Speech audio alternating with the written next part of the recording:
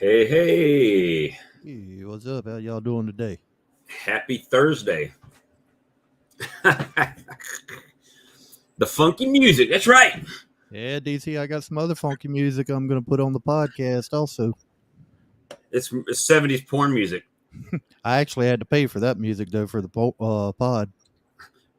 Brown chicken, brown cow. So, man, this was unexpected. DC said we're on the wrong side.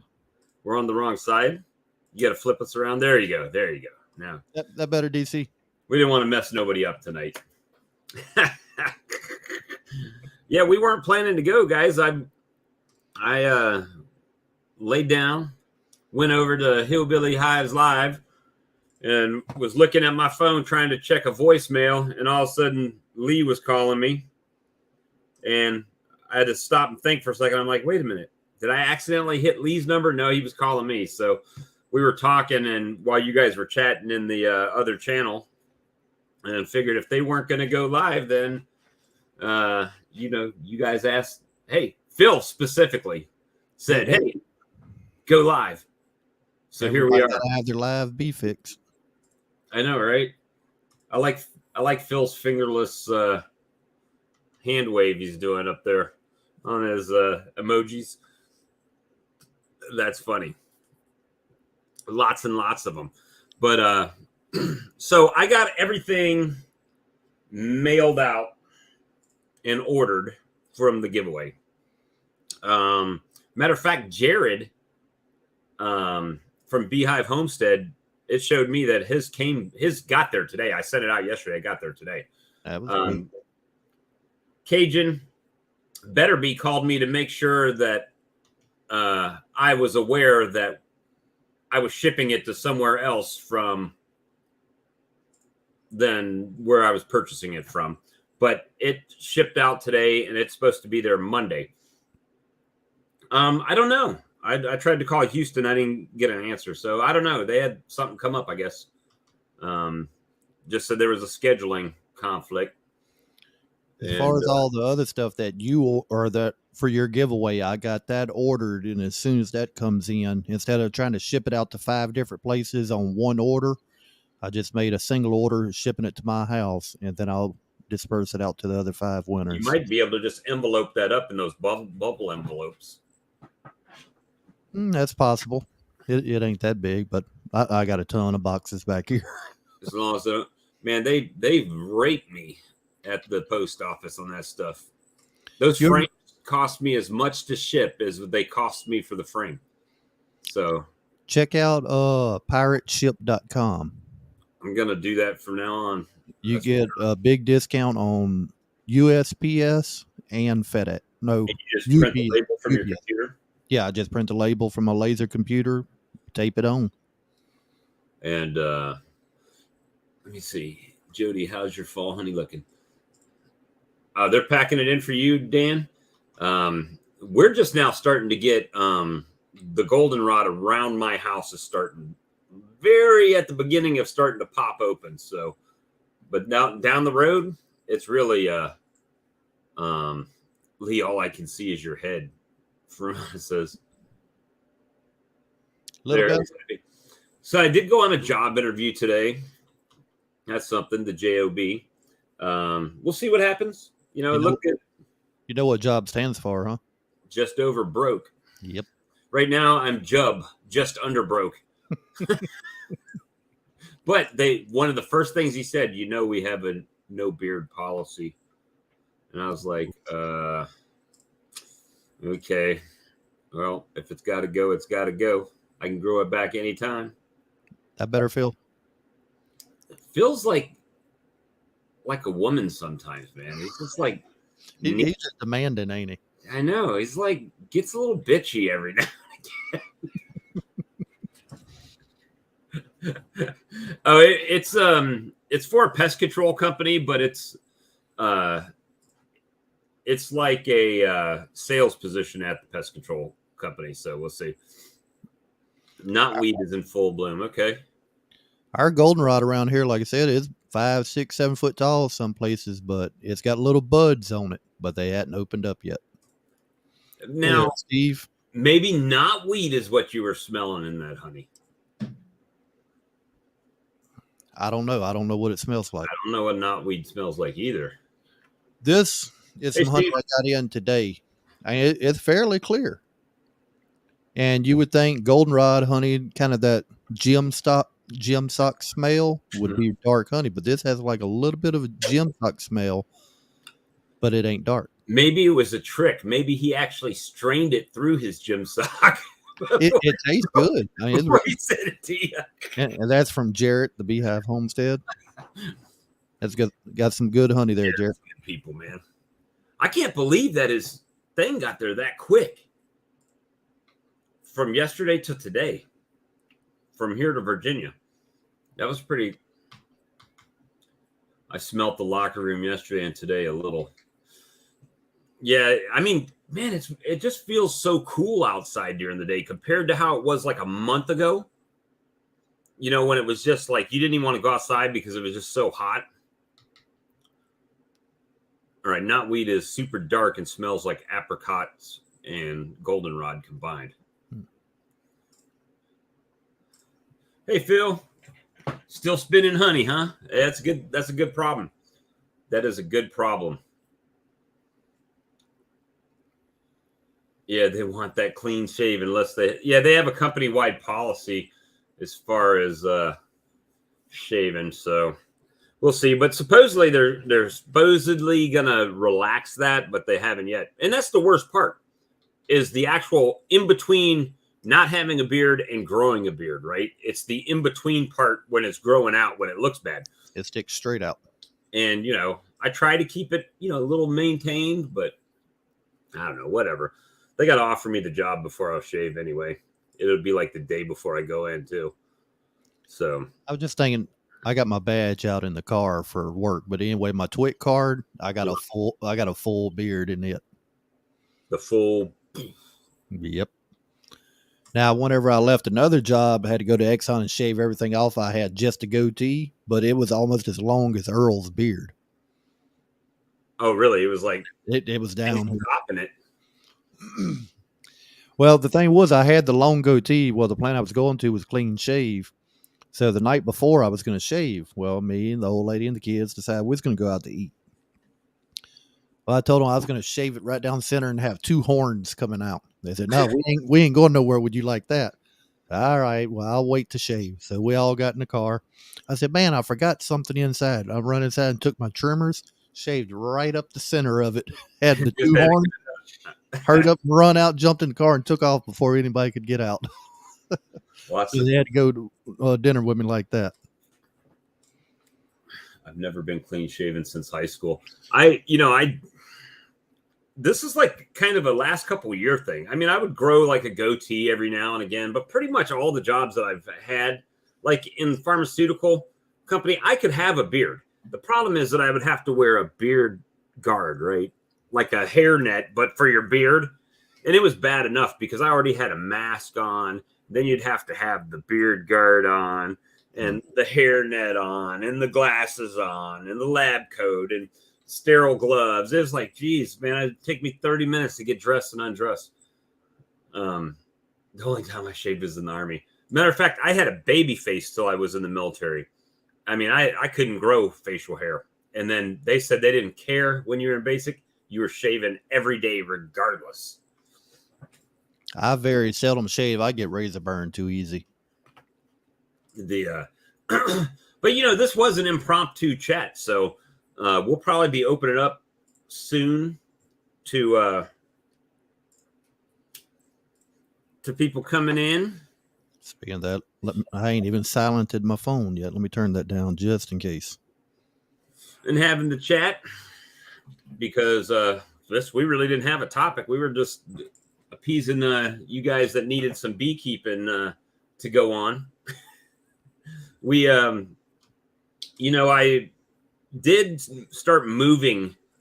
Right now, I'm starting to move some colonies, like smaller colonies. I'm starting to spread them out a little bit and move them to other hive stands and stuff like that, trying to, get them heavy and whatnot. The only beard I have is when my bees do it. Awesome. Never gone full beard. The wife don't like it. Never gone full beard. Really? I don't know how Phil would look with a full beard. Might have to do that, but Phil first just so we can see one time.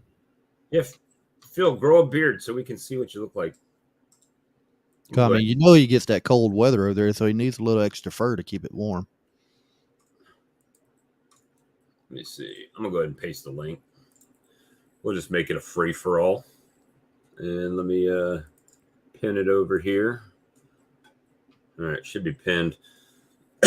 So yeah, if you want to come on in. Just talk when you're here, please. Just be involved.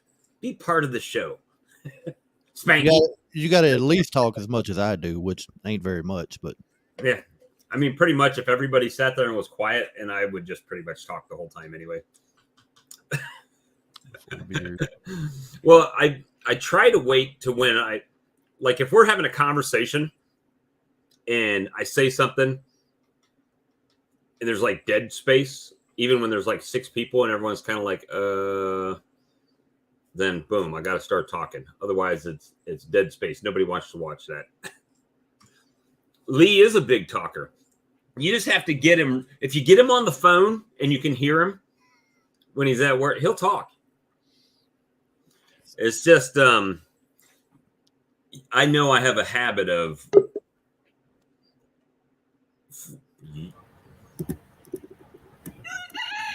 Oh, wrong button. I know I had to do it just make him feel good, but he took it off. He didn't even hear that one. I think he got mad and just turned it off on us. He just muted us so he didn't have to hear us. Hey, can y'all hear me? Yep. Yeah. Okay. My headphones wasn't turned on. How you doing? I'm doing good. Hey, look, I'm not going to do like Spunky and just sit here and do some work while y'all talk. I'm going to go ahead and talk to y'all.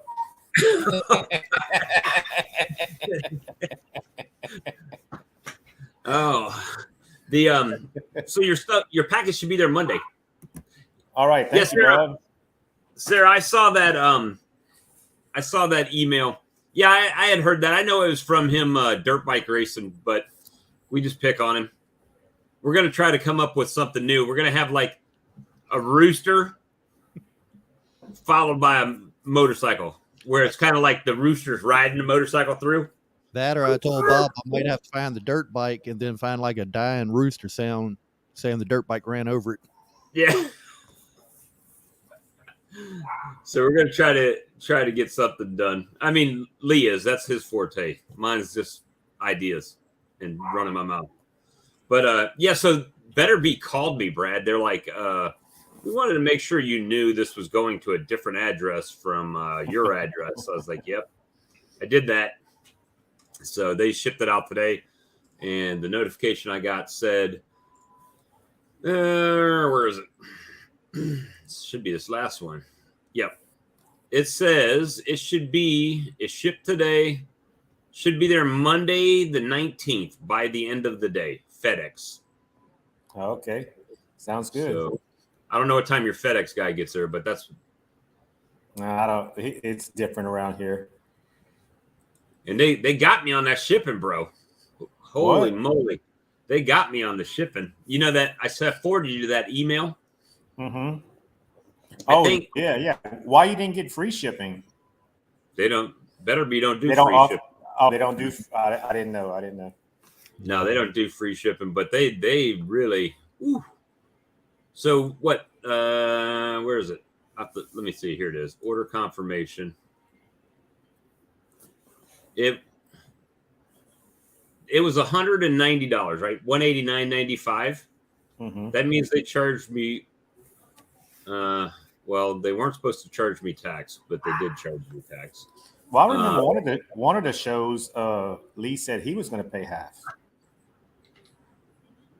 He was going to pay half of it. Yeah, I could have sworn I heard that. So it ended up being like $240 with tax and shipping. So it's like $50 extra over it.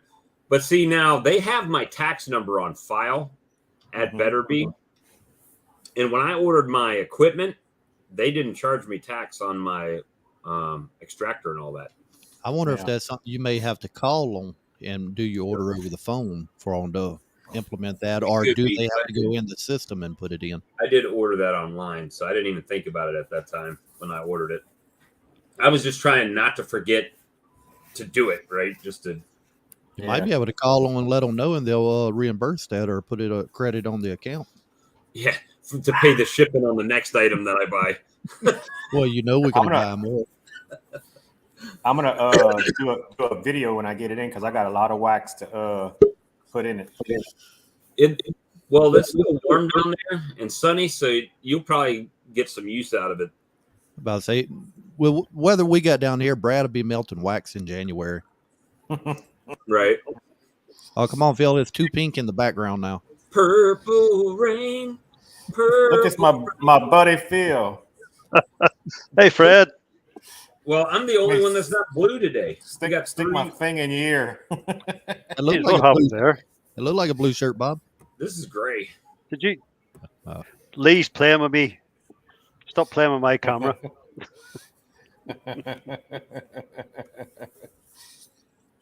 I'm just gonna have to put a Christmas tree behind me that flashes lights and keep it up like all year long. It won't be long. Before you know it, Christmas will be here. I went out. Hold on. I went out to do a quick traffic check this morning and saw the owl flying into the woods. Oh, okay. I thought you said, when I was reading it in the small one, I thought it said you went out to do a traffic check and you went flying into the woods. I thought you fell or something. This looks blue to you guys? This is great. Is it? Heck, that same shirt. It's that dark gray. It's like a blue gray, I guess. It's not like a gray like that, I guess. Yeah, no, I got the same exact shirt. Oh, this one? I've had this thing so long. And that's one of my favorites. On sale at Walmart, were they? Yeah, Walmart. It was. There you go, Phil. There are some different colors. Don't get me started, Lee. Oh, we're going with lasers now. Okay. All right. Oh, God. I hadn't plugged You've got me there, Lee. You've got me there. That's y'all gonna make me do something drastic when I move my computer to the other room? No.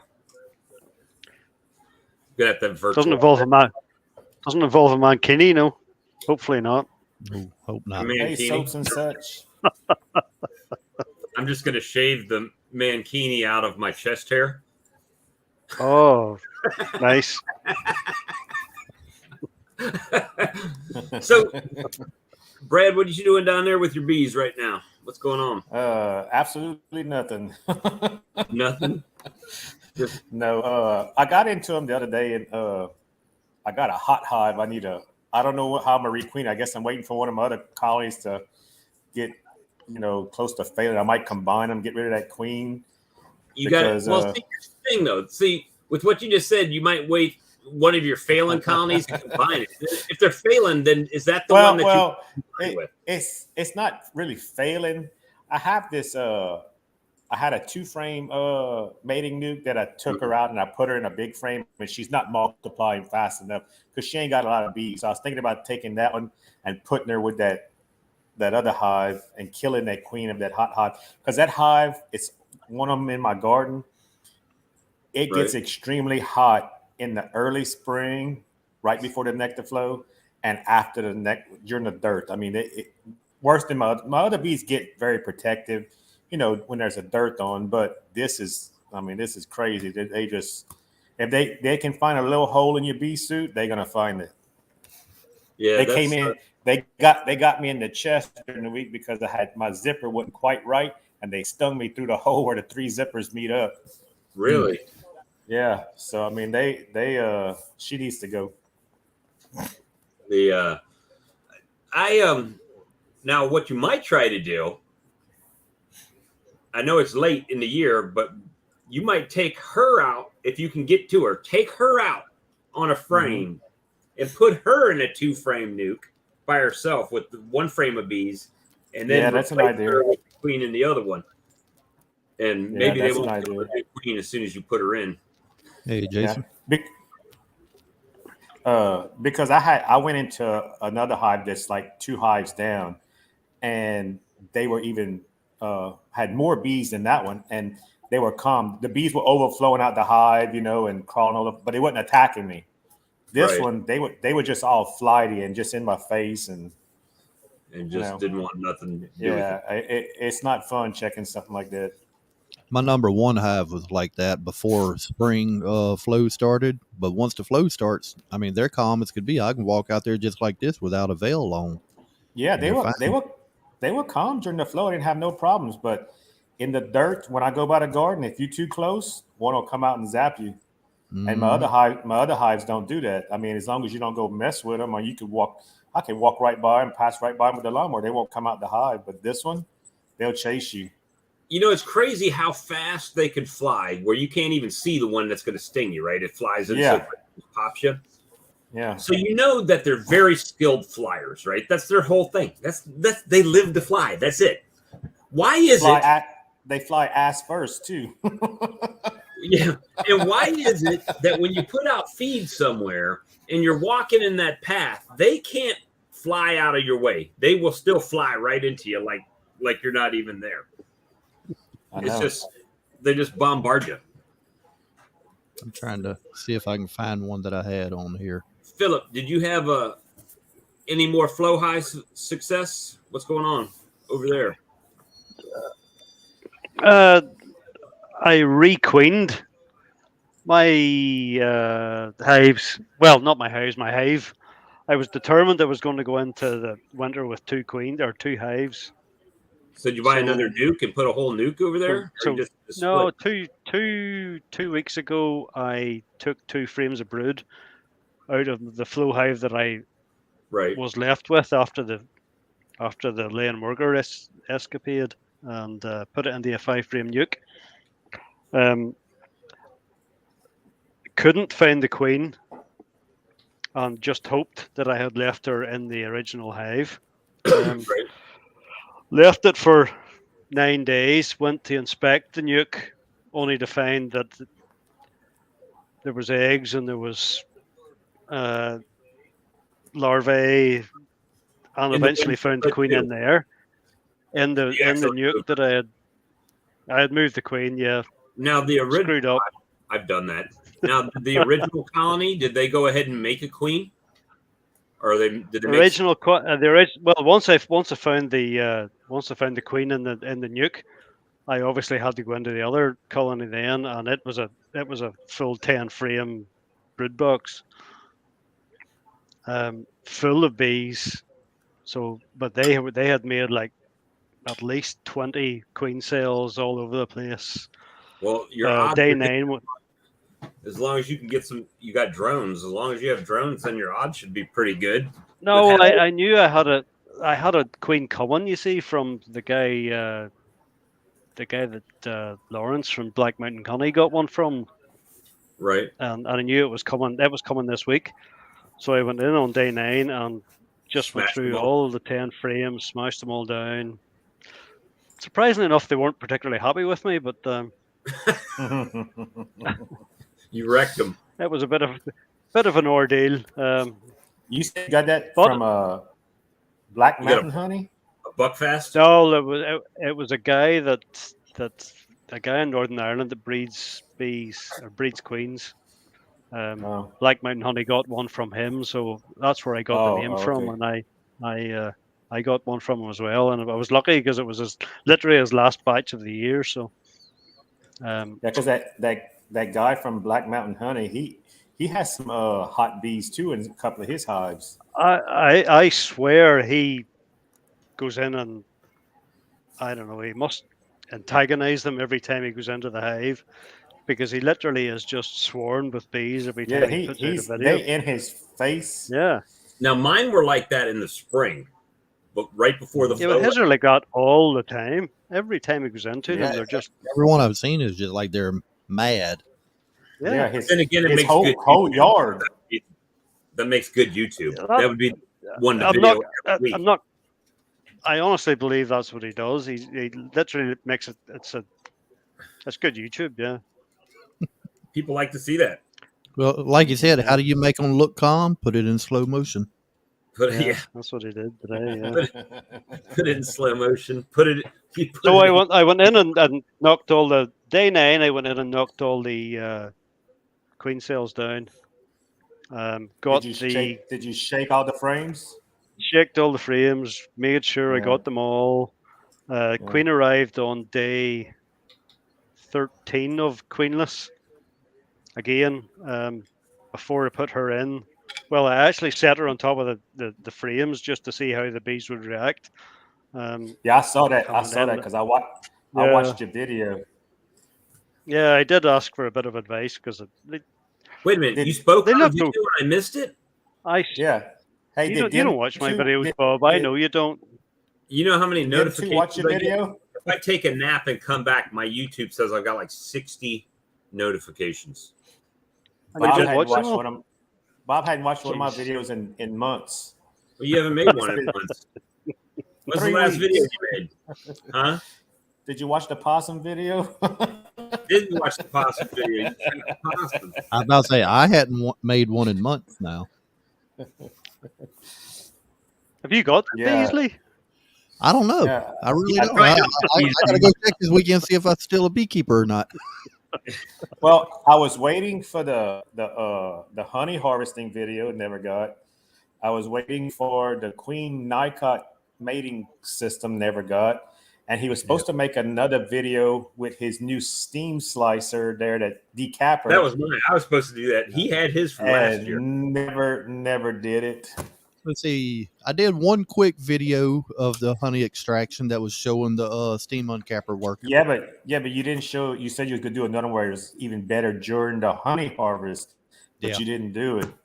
I only pulled, I think, like 400 pounds maybe so far this year.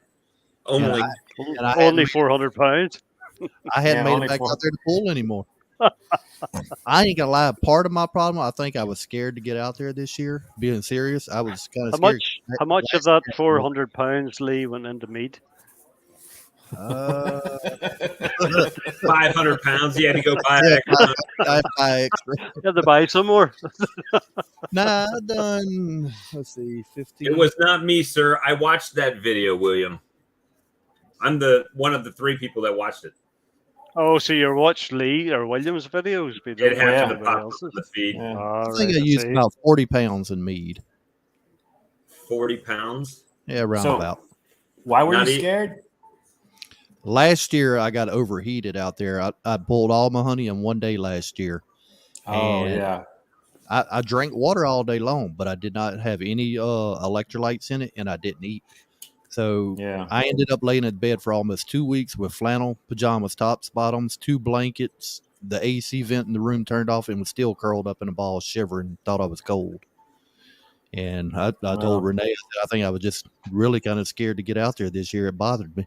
I'd get out there in like 5 minutes. I'd start feeling hot. I'd come right back in. I think right Yeah. now is like the perfect temperature to pull honey for me here now. It's like in the mid 70s, low 80s. A little Yeah. bit. We actually hit 89 again today. You hit Next 80? week, it's supposed to get one day 97. Yeah. Now, like our Us. morning times, I think yesterday morning and this morning, we were like 62, 63 degrees. Yeah. And then it'll warm up to 90, 89, 90. Mhm. But next week we're So supposed to be hitting some high 90s. I think Wednesday is supposed to be like 97 a high next Wednesday. Well, what y'all's lows doing? Right now, well, that week is going to be in the 70s. But like Really? Lee said, we hit like 58 the other morning was the lowest we've had so far this fall. You were a couple of cooler than me. I hit, I think, 61 or 62 for my low so Mhm. far. It's supposed to get 62 tonight, but I think we hit 60 one night. Jason, I'm in Louisiana, about 10 miles southeast of Baton Rouge. We're getting right to that point now to where they're thinking about starting to cluster at night. 47. That's the high temperature too. Look at Saturday. 80. 40. I can't see that, Phil. Said I couldn't see it if it 40 for Saturday. I was gonna say if it came through clear, I wouldn't be able to see it because I don't have my glasses on. But 40. We're hitting with low of 40 on Saturday. I still have honey on some of my colonies outside. Me too. So I was kind of just saving it, and I'm gonna spread it over the weaker hives for the wintertime. that's what I was thinking about doing too. And then who was it? It was the stream team when I heard Bruce saying that he thought it might be better to pull the honey and just feed them. And Why? I was contemplating that too. He says, what was it he was saying? I think he was saying because like when that fall flow hits with the goldenrod, then you run the risk of them being overpacked. Well, swarming could be an issue, and then the hive beetles. If you're leaving too much honey on, and then they start condensing down, too much honey, they're going to get overtaken pretty quickly. That's Fahrenheit, right, Phil? Bohemian Bee says that's Celsius, Phil. That's Fahrenheit. And Daisy makes a point too. Oh, Sugar's cheaper than honey. Yep. Let's see. I'm check something there for Jason. If that was 40 degrees Celsius, that'd be 104 Fahrenheit. no. That's 5 Celsius. Man, you guys. I just can't believe it. I've been here so long now. I've lived in Europe, right? I've lived in Germany, but it's not the. I've been here so long that I don't know if I'm just accustomed to the heat. I don't think you ever get used to it because it's always just hot. But in the winter, you can always put more clothes on. But in the summer, you can only take so many clothes off. That's what I said. I can put enough on to get warm. You can't take enough off to get cool, not without getting in trouble. And then sometimes that still ain't enough. Yep. We might have some naked beekeeping videos coming out. Be like Naked and Afraid, Naked and Beekeeping, and then you just got the blurry spot on the YouTube video on the front and the back. Out there getting zapped by bees. Yeah, that must be nice, Phil. 33 miles. He saw a hive beetle a few years ago. I saw a hive beetle a few hours ago. Some of my nukes got a couple of them, but I need to put some peppermint on them and go through them and squash them out. But you know what? Some of those, I had to remove a couple pollen patties off of the colonies because they Bob, my wife says she's looking forward to it. looking to the naked videos. I better get a super chat. Yeah, you'll get at least $1.99 for it. $1.99 super sticker, 59 cents. Now is that money going to Bob or money coming from Bob for everybody to watch that? Right. Hey, $100. $100. Next video will be blurry. I'll have my wife running the camera. DC talking about you there again. What's that? Only place I've seen hive beetle is in your hives. Yeah, well, you're lucky, man. You're lucky. The only place I've seen a city taken over is in like Seattle, right? Or somewhere up that way, Portland, Oregon.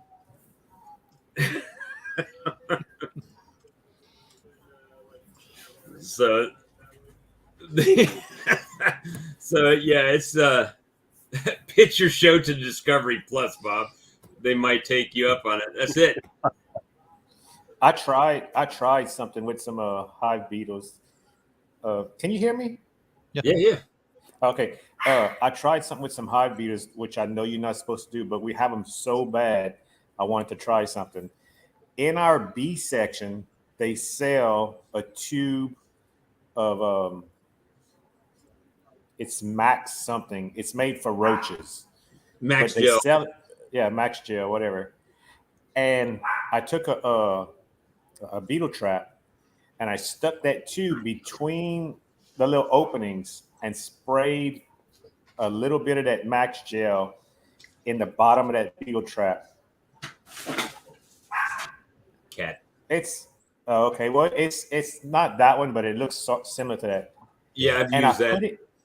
I put it in a big hive that was actually keeping the beetles all at the top. Every time I opened up the top cover, they had all those beetles corralled up there in the top. And I put it in there, and I just forgot about it. It's been in there like 3 or 4 weeks. And when I went into it this week, I pulled that trap out, and that trap was almost full to the top with beetles. Right. I got gel, that it has the word on it. It has a bait. It's like it's bait for roaches, right? But it actually baited those hive beetles in there, and the bees can't get to it because if you put that tube in one of them openings, the bees can't get to it. But I was surprised to see how many beetles it had killed in that hive because that strong bees, I guess, ran them in there. They'll chase them corral on in. Yeah, and when they got in there, they had nothing to eat but that stuff, so it killed them. Eddie Craig. Does it draw more beetles to the hive? Larimore says. I don't know. That's the first time I've ever tried it.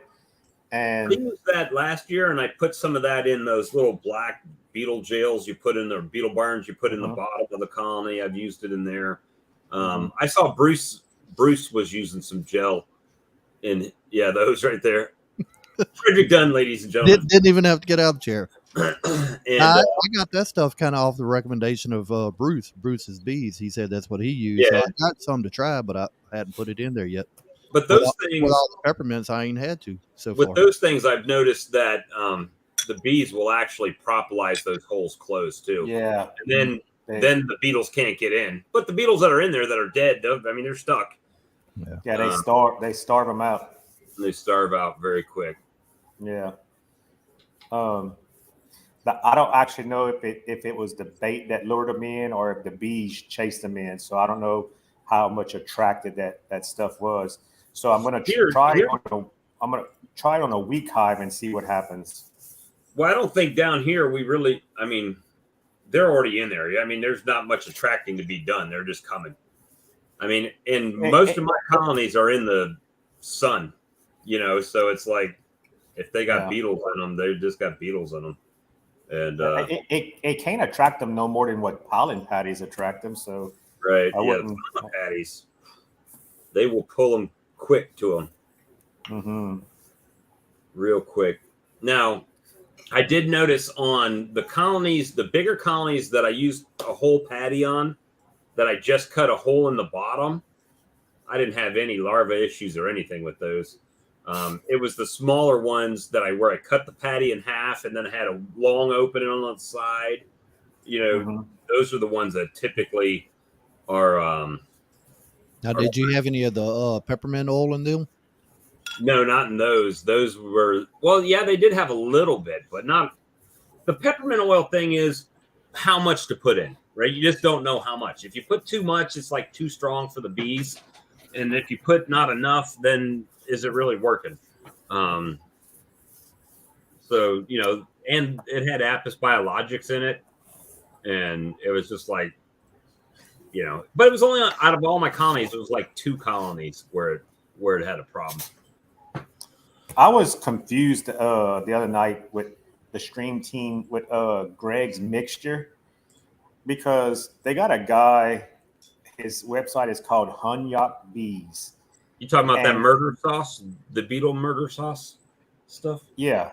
This guy uses the eucalyptus oil in Crisco grease, and he only puts a coloring in there just so he can see if it's all mixed up, just like Craig was doing. Mm-hmm. Yeah, and but Greg put diatomaceous earth in his. Yeah, but this guy didn't. He said he uses it to deter the hive beetles, not for them to eat it, because he says the eucalyptus oil helps him keep the hive beetles out. He puts it on 4 corners of the bottom board. And he said it lasts like up to a month before the bees actually move it all out and get it all out of there. Well, we should just get some Vicks Vapo Rub. Isn't that menthol eucalyptus?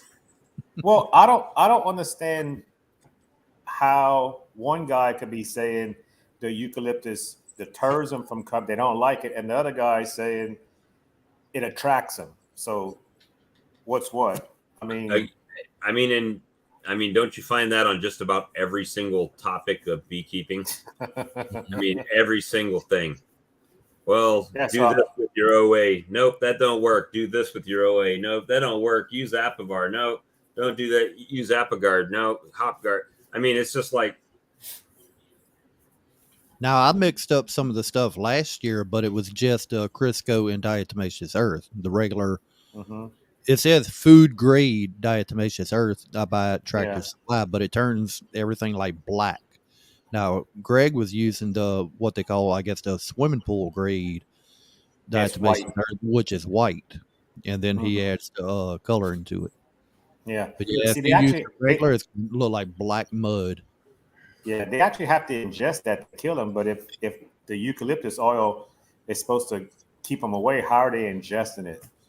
I'm wondering if they're not ingesting Greg's and it's just the eucalyptus oil keeping them away. He just thinks they're eating it and leaving. I'm wondering if he actually sees dead hive beetles in his hive. I would say one way to test that, take 2 of the little oil beetle traps, put the murder sauce in one, and then just maybe diatomaceous earth and eucalyptus in the other. Yeah, but that's not a fair assessment because once they get in the trap, they can't get out anyway, supposedly.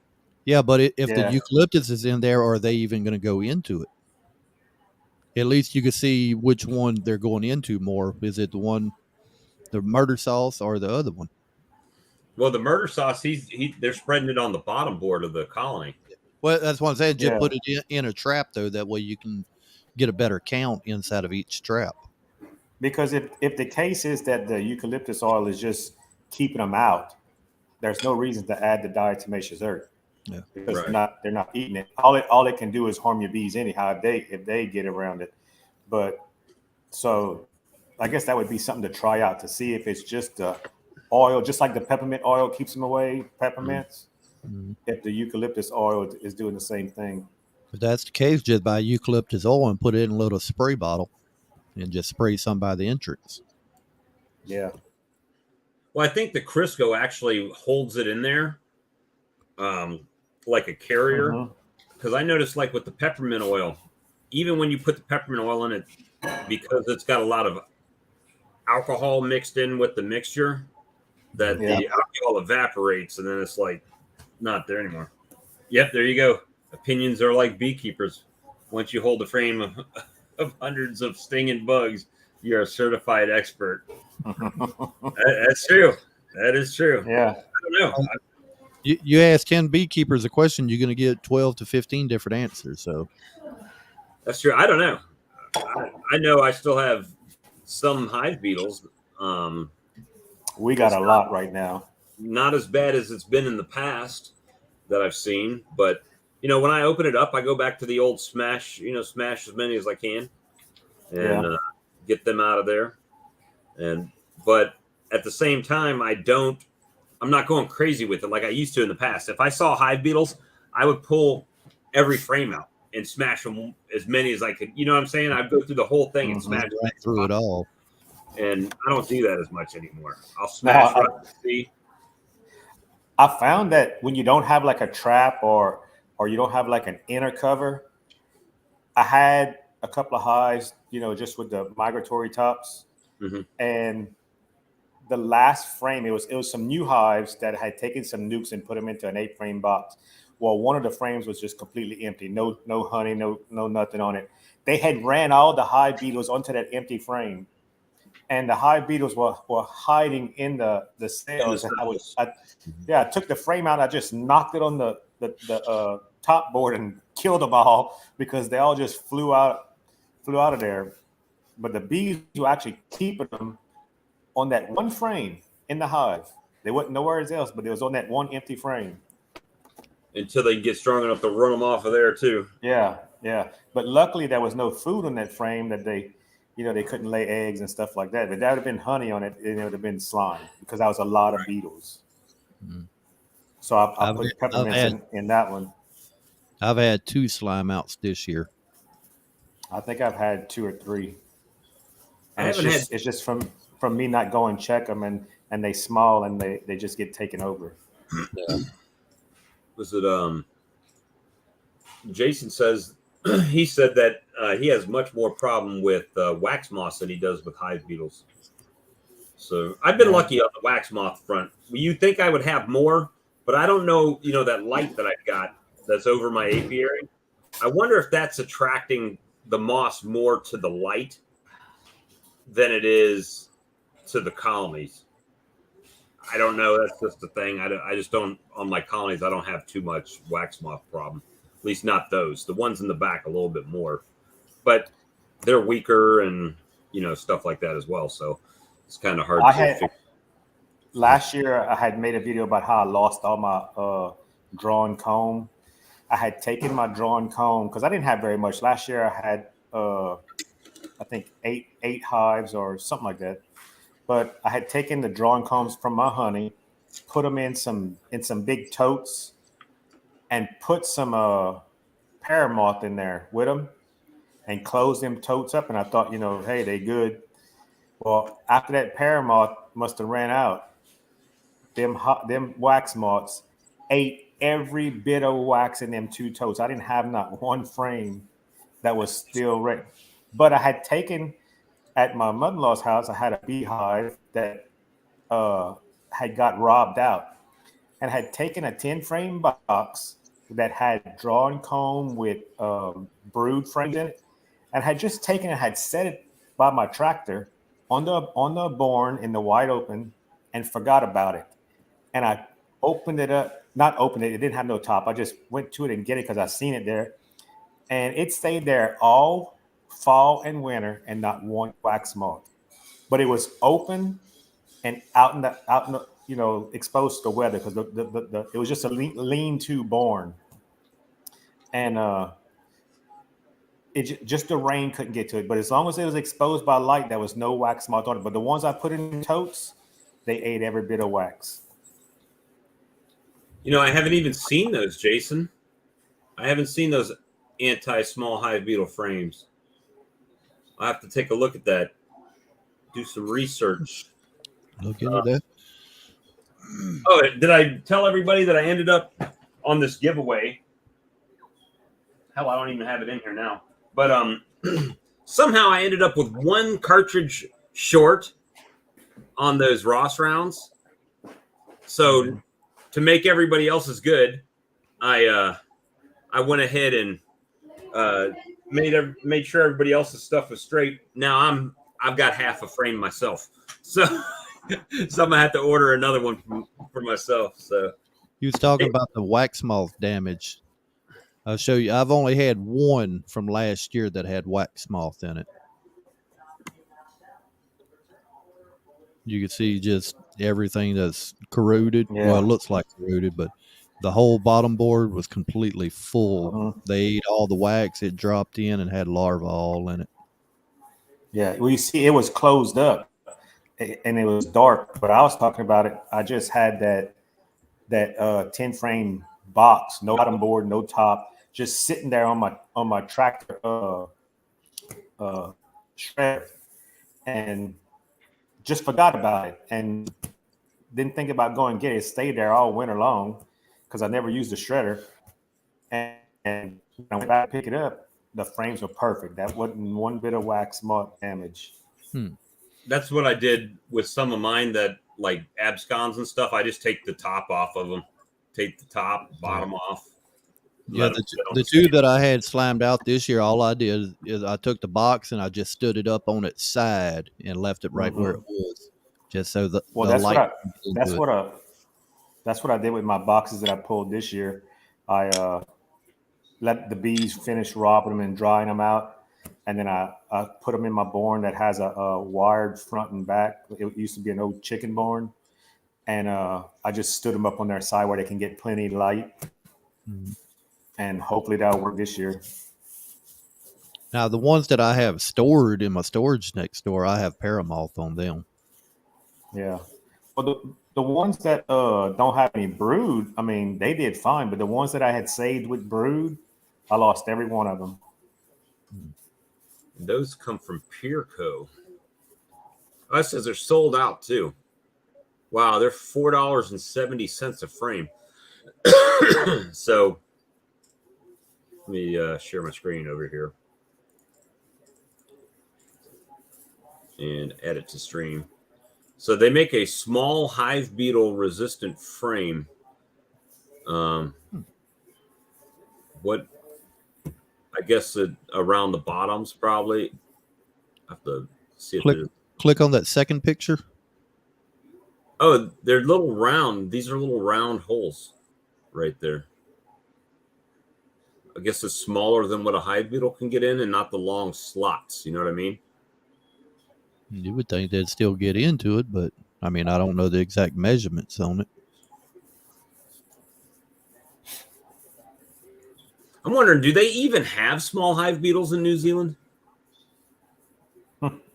Or are they just making this for us in the... Oh, okay, so here's a better picture. You see how they plug these up with wax? Mm-hmm. Then they don't work anymore.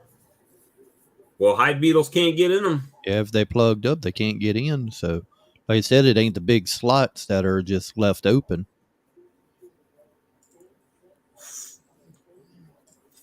$46.99 for 10 wax frames. But how does that keep the hive beetles from getting onto your frames? Not onto the frames, but they like to hide in these in the bottoms and along the sides. Oh, okay. So once they're on the frames, that's another whole thing. So hopefully your hives are strong enough to keep them off of it while they're working it and run them around enough. Jason said the holes are a full pass through. Oh, they go all the way from one side to the other side? I think that would be a way for them to travel. I don't know. That's cool. I'll have to check that out. Look, Peerco's got you spend $1,000, you get $100 off. Go for it, Bob. Yeah, that's what Jason's saying. They can fill it with honey or wax, and it don't have no place for the beetles to hide then. Yeah, that's a good thing. That'd be worth trying out. I mean, they're little. If I could get them cheaper, it'd be nice. But I understand the principle. Have to try them out. The is that Spanky right there, or is that Phil? I can't tell because he's not saying nothing. Oh, I don't know. You're all talking about hive beetles, and I don't have them, so I don't really have anything to say. I'm dropping a. Wow, if I can't see. There it is. The joys of video of that. Being in the northern hemisphere and cold weather, we don't have such things. Lucky you. September 30th. All right, so Man, that's a man, Winter Prep 2022 is a 10% off on Apis Biologic until September. That's supposed to be 30th, guys, not September 20th. September 30th.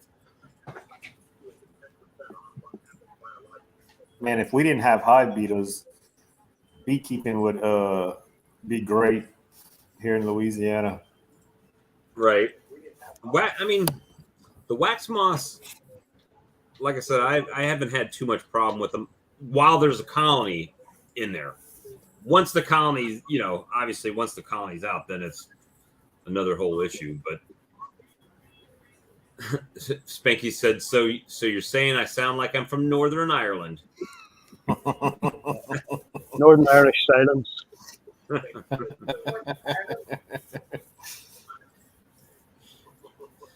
Jason, did you see the Saracel Ross round frames?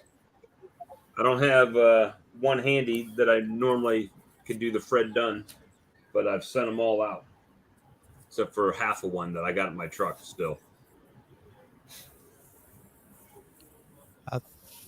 I guess I didn't make an overlay of that. I thought I did. Well, you had a picture on the wheel of it, the double deep frame kit, double deep frame kit. So it comes with the foundation and the rings and the 2 Saracel cartridges or the 2 Ross round cartridges and the frame ends. The Bugman was asking if I tried the oil bottom board. No, I've never tried that. The only thing I've ever done is I put Crisco grease on my my slide ends that I check for mites. I put Crisco grease on that, and the mites will stick to it, and then the hive beetles will stick to it too. Well, speaking of Saracel, Scott said that Saracel sending him half a truckload of stuff to go to Hive Life conference. So, and I know they had a couple, at least 2 cases of those mite check, Varroa mite check containers over there. I have the old one, and it does leak, but you got the yellow one, the yellow one. And I like using the soapy water, but it suds up a lot whenever you compare alcohol. Let's see. I don't know what I've done with my Vericheck. Why don't you use the Saracel one? Yeah, that's the Saracel one. I've learned something about it that I didn't even know you could use it with. You can use it. Talking about the yellow one. Any of you guys ever watched that guy from Australia, the Bush Bee Man? Yeah. He did a video because he's starting to check for varroa mites now, and he didn't have any, but he used powdered sugar in that contraption. And what you do, you take the basket out and you flip you take the basket out and you flip it around, and it fits into the cover, and you screw it together, and it shakes the bees, and the powdered sugar falls to the bottom of the cup. And then you unscrew the cup, and your live bees are held in the yellow part with the basket that's in the yellow part, and you can put your bee back in while the powdered sugar is in the clear part. You know what I'm saying? You can actually take that white. You take that white basket out, flip it around, and it works that way instead. I'm sorry, I said that backwards. Powdered sugar is in the cover, the yellow cover, and the bees are being held by the basket in the clear part. I got you. Because it's like a cage. Yeah, it's like a cage, and he used it that way. I didn't even know you could do it, and it worked perfect. I mean, I guess he watched the video on it or something, but I didn't even know you could use it for the sugar shake. And then he takes his powdered sugar in that yellow cup, and he adds water, and it dilutes all the powdered sugar to clear. You can see if there's any mites in your water. Okay. Frank is always testing stuff, man. Next, he's going to be using Tide Pods. Yeah, I seen the one he done with that, and they come out, but like you say, it's no suds in it. Yeah. Well, see, I think Chris uses screen bottom boards. A lot of us don't. You're using screen bottom boards, Brad? I got screen bottom boards in about half of them. Okay. And I got the cars I slide in at the bottom for during the wintertime, and then I use it to check for mites too. I haven't used. Well, I had one colony that I bought the used equipment from somebody, and it had screen bottom board on it, but I haven't used. That was the only one, and it made it the first year, but it didn't do the second. Like the second year, it didn't do good with the screen bottom board. So I went ahead and replaced it with a solid bottom board, like everything else I've got. So it's. I put it on, like I spread out, and I just, when I'm in the yard, I'll just walk by and just pull them out and see if I see any mite drops or something like that, or on them, and then I'll just slide it back in. And they're easy to clean. I just take a wet soapy rag, and if you coat it with that Crisco grease, all the trash just wipes right off. If you don't, the bee droppings will stick, and you got to scrape them off with your scraper. But if you coat it with Crisco first, it keeps it from sticking on. It just wipes clean. Just hit it with some Pam. Yeah, I was thinking about doing that too. Oh, it probably would. See if that works. Is it just vegetable oil in an aerosol can? Well, I've seen that somewhere up here. It says somebody used vegetable oil and it attracted other bees, so it went with baby oil. I don't know. I don't know if it matters because the bees don't get on it, do they? I mean, I don't know. Maybe as far as attracting like robbers or something.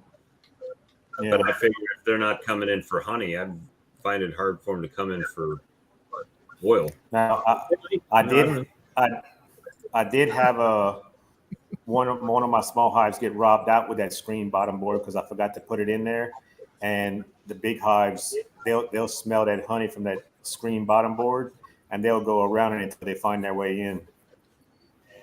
SBB, screen bottom board, baby. Yeah. Or it could stand for solid bottom board. It's the same initials, right? I use all solid here. That's what I use too. One reason I like to use is that as hot as it is down here, that a screen bottom board would be better for ventilation. You would think. But with the hive beetle problem, it makes it worse unless you've got that tray in there, right? Yeah. The solid piece in there. Mine didn't have the slided piece. So I had a couple people tell me whenever I was getting ready to start with bees to do the screen bottom boards, and I didn't even buy one to start with. I just went all solid. Yeah, the only reason I even had one was because I bought that used equipment and it had it, Now, I'll tell you where I have noticed one difference between the two. If you have like a small hive, like I run a lot of the 8 frames, and you start out a small hive, any of the droppings that fall on a solid bottom, especially wet droppings and stuff, that's where your hive beetle larvae start in that mess. And on the screen bottom boards, you don't get that because it falls through the screen and it dries out. But with a solid bottom board, I mean, you can have a mess there with a small hive. Now, a big hive cleans themselves out, gets a lot of it out of there. But a weak hive, they don't have the time to clean out all that mess, and it gets nasty down there if you don't check it regularly with that larva net. Now, what I might do is I've got some nuke boxes out there that when I first built them, they were basically they just got entrance disc on the front, right? And it's got just a solid piece nailed on the bottom. So I might go ahead and just cut out the bottom, at least a section of the bottom, and go ahead and put a piece of hardware cloth on the bottom and just let it fall through. Yeah. That would probably work. I saw Jason's video where they were talking about slotted racks with the BBQ. Yeah, I've never used slotted racks either. Mm-mm. So Jerome B Farm, that guy uses slotted racks. He has them on a lot of his hives. and Mark says that all he uses is screen bottom boards in Middle Georgia. So I like them. I mean, during the wintertime, I just put all my cords in to keep the breeze out of there. But in the summertime, I don't have nearly as many. They don't beard as much as they do on the solid bottom boards. Do you do the entrance reducers during the wintertime, Brad?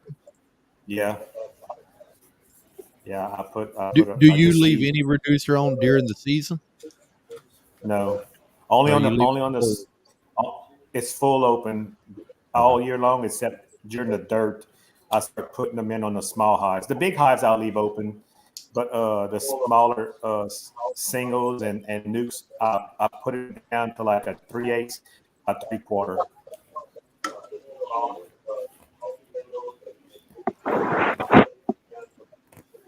Phil, Flow Hive.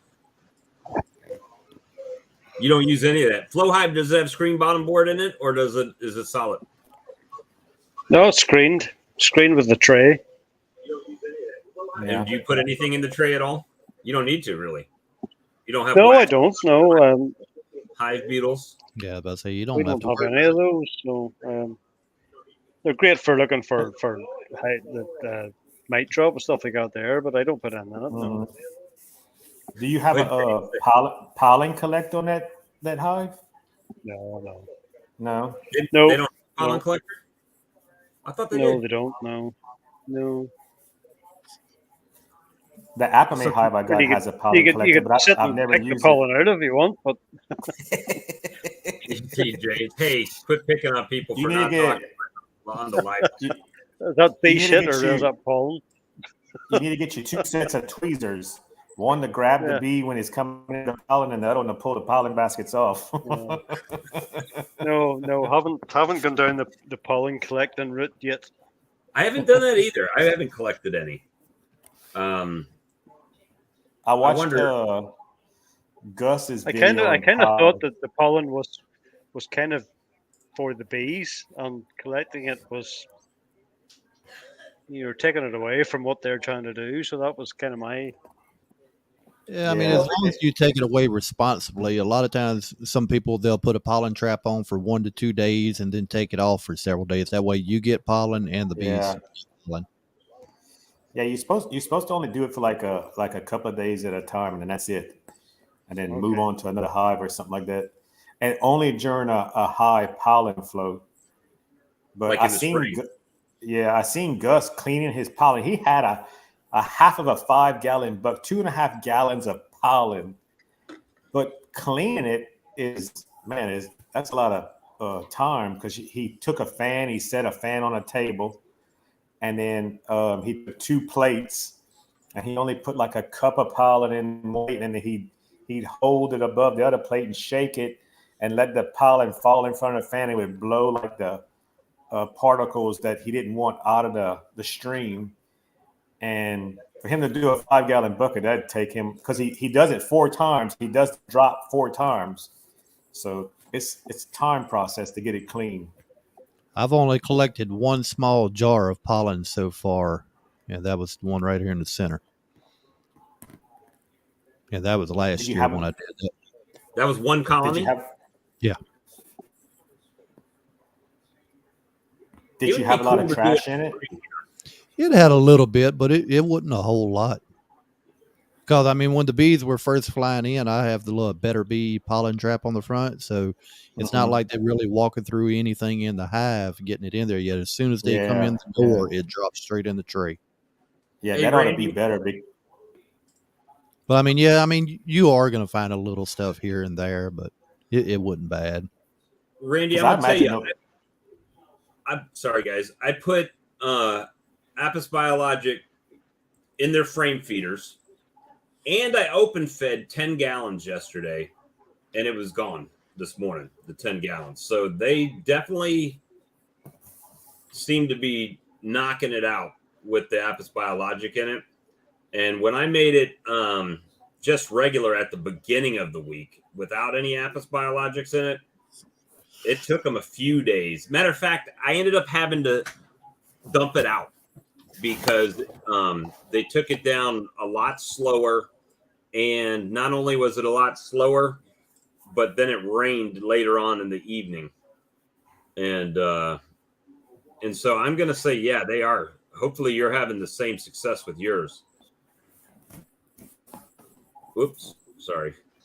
I was trying to take that off. 10 to 15 pounds of pollen every year. It takes a lot of pollen to get that amount. Yeah, imagine how many ounces was your little jar? I think that's an 8-ounce jar. Now, how much would an 8-ounce jar? No, it's supposed to be like 8 ounces of honey fit in that jar. Yeah. Now, how much pollen, I don't remember. Now, how much would an 8-ounce jar like that of pollen sell for? That I'm not really sure. I've heard, I guess per pound, anywhere from $20 to $50. I've heard all different prices, so I really don't know. Jason may know if pound. Yeah, Jason may know if he's collecting. That's a lot of work. But cleaning the pollen. How do you clean pollen? Like you were saying, you put a fan, or I've seen people use a hair dryer, just turn the heat off and only use the blower, and you drop the pollen in front, and all trash flows out, and the pollen falls straight down. I'm guessing it's a little bit heavier than the trash that's in there. But aren't you blowing some of that pollen out too? Possible, but you just got to adjust your airflow to where it's not too strong to blow the pollen out. You only want to blow the trash. Unless you got the money to go buy an actual pollen cleaner. Okay.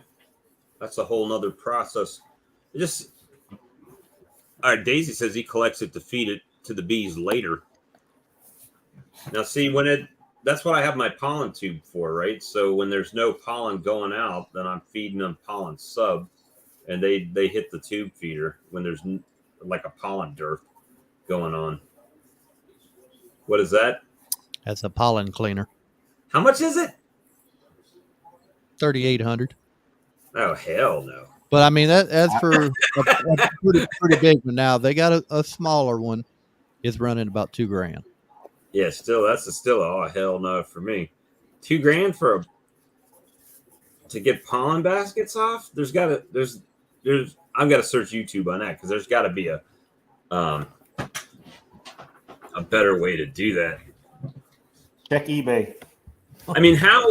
How once it's, I think I like dirty pollen. That's what Dry Cut says. Yeah, I like dirty pollen a lot better now that I saw the prices on those. Hell yeah. Now, the thing is, with the pollen, though, because of the moisture content that's in it, after you clean it, you got to have a dryer for it to basically dehydrate it down so you get the moisture out and you don't get mold. No. It don't mold when they put it in the cell. Yeah, but they flap their wings over it. It's not closed up in a jar. That guy that I was watching, he puts his in the freezer. Wouldn't it be cheaper to get the little desiccant squares and drop it in the jar to take the moisture out? I don't know how much. Does that take all the moisture out or just more of the oxygen? Well, it's silica gel. It's supposed to keep the moisture. It's supposed to absorb moisture. Well, I got a question. He says he don't clean it. He just dries it. Now, are you selling that retail, Jason, or are you just giving it back to your bees? Oh, Chris, it went good. He's talking about me for a sales position. So we'll see how that goes.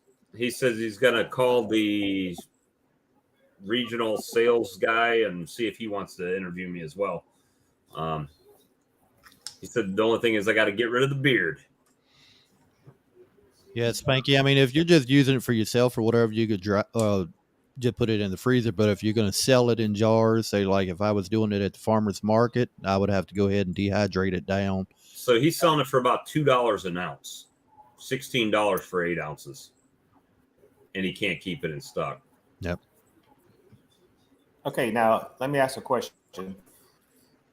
pollen that you sell, isn't it only good for your local area as far as taking it and using it for your allergies? Because it's supposed to be for your common allergies for your area.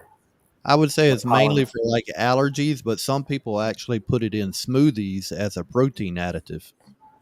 Oh, it's protein. Okay, I didn't know. I don't know if they was taking it for allergies because I heard like even your honey, uh, taking in honey for allergy treatments is good for people in their area. Let's say their state. Because they have all the same kind of surrounding flowers and trees and stuff like that. What I've heard a lot of Compared, people say, and I mean, it's no definitive answer, but they consider local 50 miles.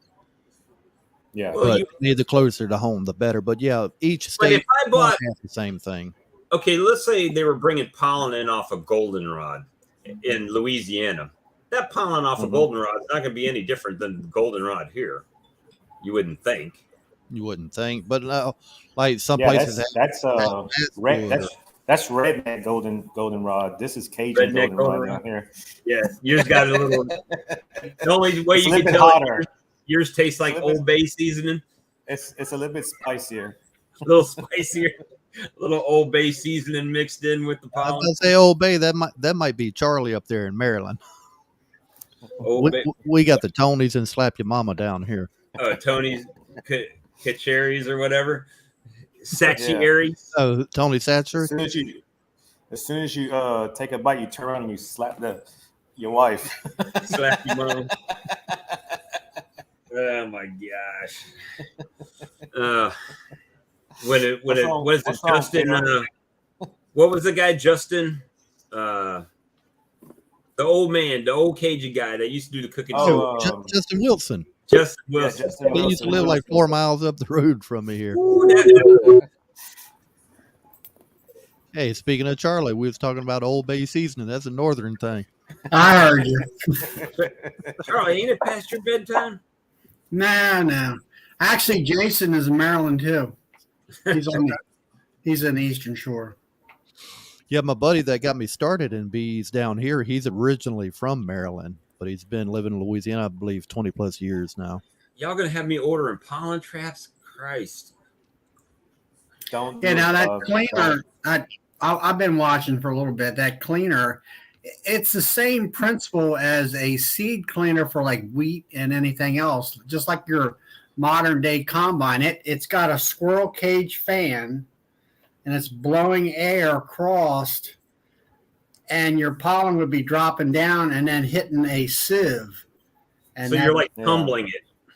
Well, it's like Lee says, you're blowing the air across. You're blowing, like if it was a combine, you would be blowing the chaff away from the grain as it's passing down. Basically, when it rotates around, it brings it up and it falls down. And as it's falling down, the air blows across it and knocks the dirt out. Yeah. Hell, Lappy's already got prices on their packages for next year with Saskatraz Queens, $160 for a package. See, that's that pollen trap I was talking about that I get from Better Bee. And see, that would be cleaner than under the hive, because under the hive you get wax droppings and this one here where the little circles are right here, right there. It's basically like a little screw you put in, but it's hooks that are hanging out. So you can actually take your trap, hook it on the front, and leave it at as long as you want, and then you can take it all the way off. How much is one of them things? $20. And $80 shipping. I don't remember what the shipping was. I bought four of them. That's the new. It's not actually washing with moisture; it's cleaning with air. So it's just blowing like extra debris out of there. Anything that might be caught up in there. You ever seen anybody clean wheat? No. Yeah, scratching wheat. Same principle. You just blowing air across, and the lighter particles fly off. But those things are light plastic, right? You could probably even just use some thumbtacks and push pin them in. Yeah. Pull those things on. Well, like I said, the little hooks that go in front, you just pop it off. It ain't nothing to it. And the bottom board trap. Jason, how long do you leave yours on at a time? Now, couldn't you just once you got it cleaned, the debris out of there, can't you just air dry it? Couldn't you just let it moisture evaporate out of it, or no? I would say, I mean, if you got good airflow over it. Let me see. I know the traps. I mean, you only want to use that. Let that traps run trap pollen, let's say a couple of days or so, and then you got to shut it off because you got to keep that pollen going into the hive so they can raise brood with it. Yeah, Lappy's is selling fresh bee pollen for $1.76. I don't know how much that is, but it might be an ounce or something. Marked down from $2. Now, Brad, I think you were the one who had the wax moth problem. Have you tried Seratan yet? No. It's an organics. There's Seratan, which is you get from like Better Bee or places like that. But then there's where they call it BT, and it's XENTARI. I'm not. It's from Amazon type stuff. This is more of a powder you mix with water. But anyway, a couple club members use it, and you take especially like you were saying, your brood frames is what the wax moths want. They want that cocoon. And you take your frames out there and you spray this stuff to where they're just wet with it. And then you let it dry outside, and then you can put it away. And it's organic. The larvae or whatever will eat that organic, whatever it is, and it will actually it kills them. Oh, okay. So something you might want to look into. And they also said they would spray the woodenware so the if they're on the woodenware too. So they would just take because they'll make their cocoons and they actually eat some of the wood away. Yeah, they get I forget what they eat out of the wood itself, but they take a super and spray the inside of the super, and then spray all the frames. And they say it works quite well. Now, Seratan or BT, it was around. It has been around for years. But then, the way I understand it, the EPA certification went expired, and nobody wanted to pick it up and pay the big bucks. And then here lately, somebody did, and that's why it's back on the market. Jason, that's what I do when I get any wax moth. I take it out of the colony, shake all the bees off, put it in the freezer, and freeze it. Yeah, that's basically. I mean, I have actually 3 freezers. I bought get some used freezers, see them online, like chest freezers, especially. And I've got 3 freezers running, and they're all packed full of frames. Now, now, I've got some frames I had to rotate in and out. Where I could start to see some. Well, actually, some of the combs were kind of crappy combs anyway, but but I've been rotating in and out. But I got a little sample of that stuff. I'm going to try it and see how it works. I keep my pollen frames in the freezer for sure, because I like to use them in my nukes and stuff that are trying to get them to grow a little bit. When they're not bringing in pollen, I'll slip one of those pollen frames in there, and it gives them something to eat without putting a pollen patty actually on top of them that attracts so many hive beetles. Yeah. Well, the good thing is if you got any hive beetles in there, it's going to pull them up to the top where you can smash the crap out of them. So, I mean, the pollen comes out pretty clean in those traps. That's after about 5 minutes putting it on. Now, when did you put that on? That was a video I had from last year. Like in the spring? I would have to check and see when I put that video up. That was from June the 28th of last year. So I'd say that's when I posted it. So it may have been June the 27th. Yeah, that's from last year because he ain't made too many this year. I started out actually pretty decent this year. I was doing one a week, but I ain't done one in. Ooh. Let's see if it tells me here how long. I hadn't done one since nope. 63 days. Probably so. Mine, Jason says Still the most has got you beat. beekeeping is a freezer. That's true. Mine is a bee cooler. It's a beer cooler and a beekeeping freezer. Yeah. July the 3rd is the last time I put a video up. Yeah, like I say, I have 3 freezers full of honey supers and brood supers and all that. Now this year, like I say, I got an extra 3 or 4 supers there that I just can't fit in, but I've been rotating them and all. Well, I mean, yours are just straight big freezers, right? They're not like a refrigerator. No. I'm talking about a chest freezer. I mean, I bought a lady passed away, and she had a relatively new upright freezer, and that's the ones you don't want to get. You want to get a chest freezer. Get the biggest darn one you can find.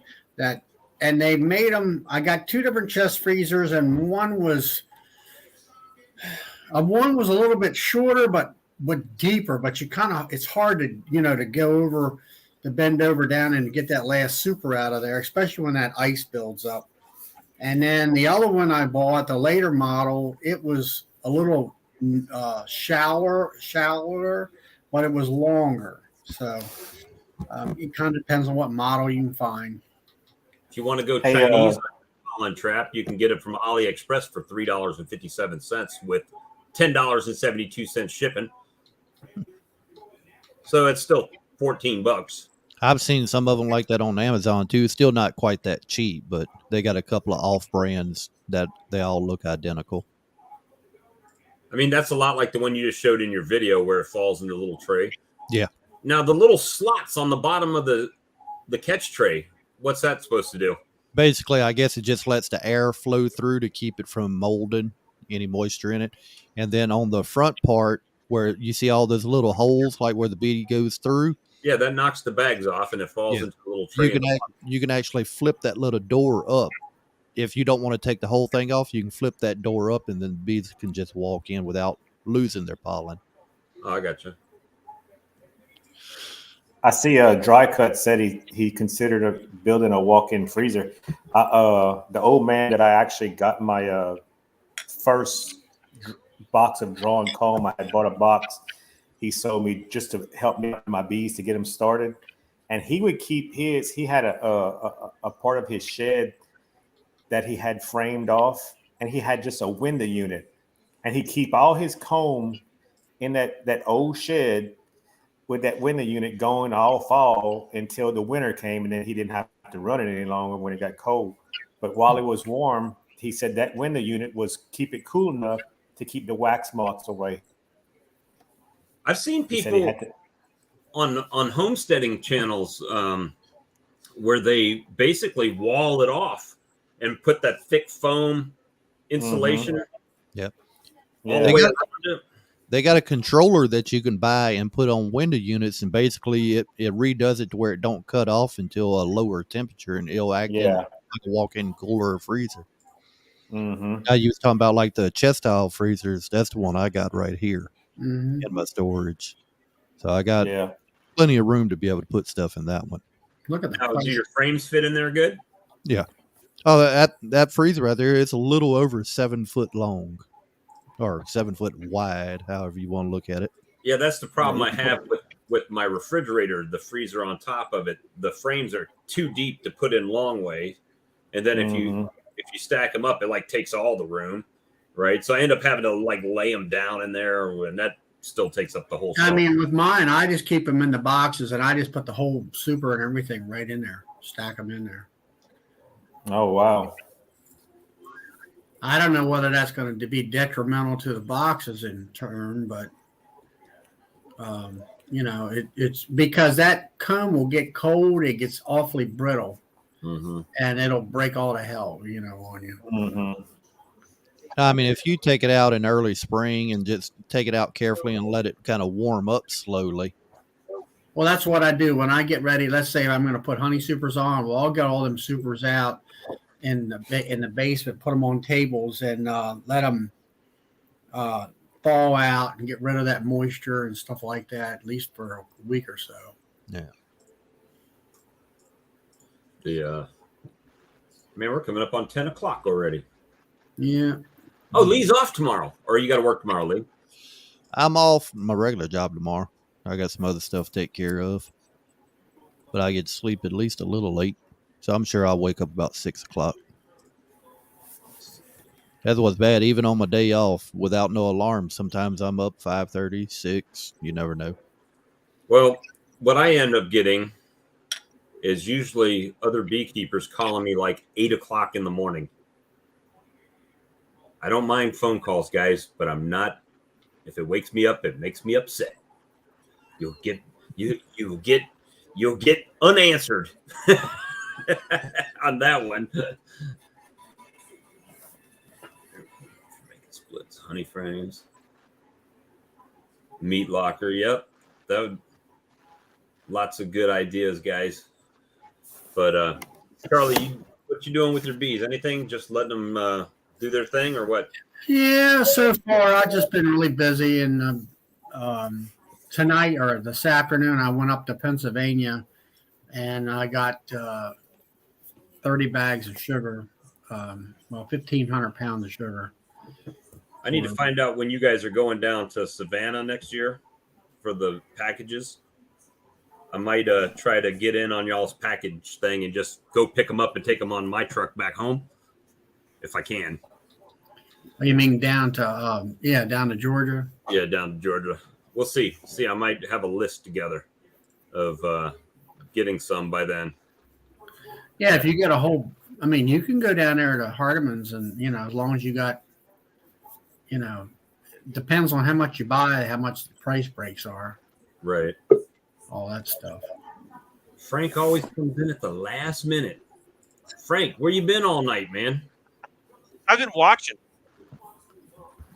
Just watching, waiting. When I said, it's 10 o'clock, we're going to have to get off here soon. Then Frank pops in, cameo appearance in the background, kind of like Phil, eye candy for the ladies in the group.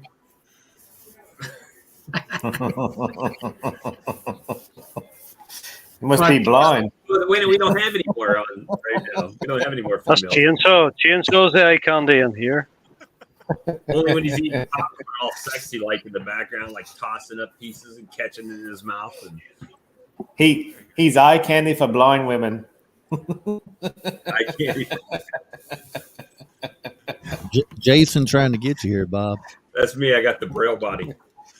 Everybody call me at 801. Hey, feel free. It'll be on silent. I learned my lesson on that. Man, just call me. It's like perfect call in the timing. middle of your video. They'll either call like in the middle of a video. It's like there's a tremor in the force, and they're like, I need to call Bob. Oh, wait a minute. He's live right now. I'd say you're doing a few lives. Sometimes you try to get a call. Well, the funny thing is, that beekeeper that's calling to ask you that beekeeping question doesn't watch your videos. If he's calling while you're live, he would have got a notification, right? So it's like, Maybe, okay. maybe he was a live answer. Live answer. That's it. You have to get that little thing I got here, Bob. That way, if somebody calls in, you can patch them in through the soundboard. Anytime after 8 a.m. is fair game. You guys know I don't work right now. I'm usually not even up at 8 o'clock right now. Most days. Well, to be honest with you, last night I was up till 6:30 in the morning because crypto had a big happening going on, and I was trying to check to see what was going to happen with my miners and all that. So I was up waiting on it. And then, of course, right in the middle of it, the cable company decides, we're going to do maintenance. So like I had no internet, no TV, no nothing. And so it was like a long evening for sure. And Honeybee hotline. that's it. For only $3.99 a minute, you can get all your beekeeping questions answered. Here, I'll drop Bob's number public. Hey, what was that? What was that? The lady that used to just send it to Phil. He could call him every morning. He wakes up. Used to be on TV, and she would like, she was a medium, right? Miss Sylvia or something like that, the African American lady that you could call in and she would read your future or whatever for like $3.99 a minute, and she was like had commercials on TV and Hotline, and I think it was like Miss Sylvia or something like that. But she was making a killing, and then people like started suing her or whatever, and then she was no longer around. When I started searching beekeeping originally, I got all those mediums. I don't know how they're related to beekeeping, but you get them. Jason knows Sylvia Brown. Was it Sylvia Brown? I thought Sylvia Brown's a white lady, right? But there was, I might be wrong, but it was one of those ladies. My wife's like, "What are you looking at?" I'm like, "I'm looking for bees." It just pops up. Right. That's the thing. Sure, you typed in bees. No, I think it was beekeeping and beekeeper. Hives and these ladies come up. Look, Wise and Honey says he's hardly up at 8. He gets his wife up to go to work, and then he goes back to bed. That'd be nice. That's how he's gonna get a bee sanctuary like that if he don't go to work. Hey, check this out. Look what I just saw. See over here. I still got this AliExpress up, right? I just thought this was interesting. You see right here? It's the heat element. The heating element for a ProVap. It says 220 volt for Are you serious? $8.78. Oh yeah, you can get on Amazon real cheap. You just need a power supply. Yeah, I mean, I think there was guys a couple of years ago was telling you how to make your own for like $100. My you can make it less than that. The heating controller itself, you can get them for about $25, $27 on Amazon. If you're good with you're good with electrical. You do electrical every day, Frank. I was going to say, doesn't that hard drive still work and you're behind you? Hard drive. I mean, power supply behind you. No, that power supply is blown up. This one here, yes. Check out. Yeah, it's fried. This would be something I could see you doing on your channel. Yeah, I'm in the vaporizer, and it's got like he'll have like a Lincoln arc welder power supply strapped to his back with looking like Ghostbusters going to a wand. Oh, you. Well, I just saw that tonight, so I'm into that. Yeah. Oh man. You lost. What did you have to pull up to get that heating element to come up on? Actually, I just did a search for cheapskate for pollen traps, and AliExpress ad came up, and I went to it, and the pollen trap was the first thing, but then it's got a bunch of other beekeeping stuff on there. Okay. And then they've got another one for $12.81. But Alibaba is ordering from China. Yeah. AliExpress is stuff that's already been shipped to America, supposedly, and is shipped from inside the United States. Supposedly. I don't know. I've never ordered off of either one, to be honest with you. You don't have to pay tariffs and all kinds of hidden fees. It's supposedly already in there, I guess. Hey, Brad, if you look on Amazon, you can look for a ceramic band heater. Oh, okay. Yeah, that'll give you band heaters for your bowls. And you'll just have to look up what wattage you want. When you say bowl and I think bowl, I'm thinking two totally different things. Well, you got the heat bowl you need the lighter for. I was kind of wondering, like, if mine ever burns out, if I could just fix it myself. Yeah. Now, I mean, Jono's Easy Vap made a whole business because he could make them, and that was his whole thing. He was just making vaporizers and selling them for a few $100. So he was doubling his money up, and then he retired or something from it. There's another kind of heater. It's called induction, like they do on your stovetops, and it uses some type of magnetic field, and they can melt metal in that little round ring-like thing. I wonder if they can do that with the vape. Oh, I don't know. But wouldn't it have to be metal though for it to? Well, you put something in there that does this. I don't know, spins around or something that transfers the heat over. Because they use them on your stovetops all the time, so you just have to have a metal container or whatever you.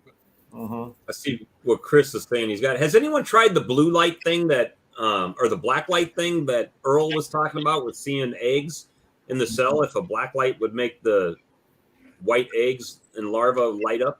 Oh, geez. Now I got to do that too. Now, Brad, the controller for that vape, like I said, you can get them for right here, $29. Yeah, we used to buy those all the time for refrigerators and freezers and stuff like that. Just do different temperature controllers. They're real cheap. Yeah. Yeah. So I mean, I've seen people build them. My mentor's made his. That guy you were talking about, Bob, he was making his just with what electrical conduit box, wasn't he? Yeah, Jono. Yeah. I think Bob's frozen. Yeah, I see that. Yeah, Jono, he was using a electrical fixture socket, Yeah. box and all that. Mm-hmm. Yeah, Bob's internet must have messed up again. Yeah. Now, me and Bob was talking earlier, too, and we was going to kind of ask y'all. We were trying to figure out how to do a poll on live, but I'm going to have to get some other software installed through this to do it. But we were trying to discuss, as far as the podcast, any subjects that somebody might want to hear about. If y'all got any suggestions, something y'all wanting to hear, wanting to know a little more, drop it in the comments, and we may end up doing a podcast on that. When are your podcasts? I've only got let's see, I'll drop a link in the description here.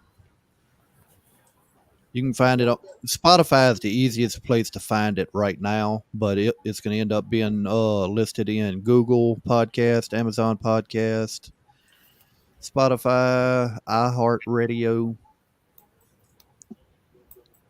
But then you can just click on follow, and then it'll notify you, just like YouTube, whenever a new episode comes out. But I'm figuring probably doing an episode maybe every 3-4 weeks. It ain't going to be like the YouTube stuff every single week.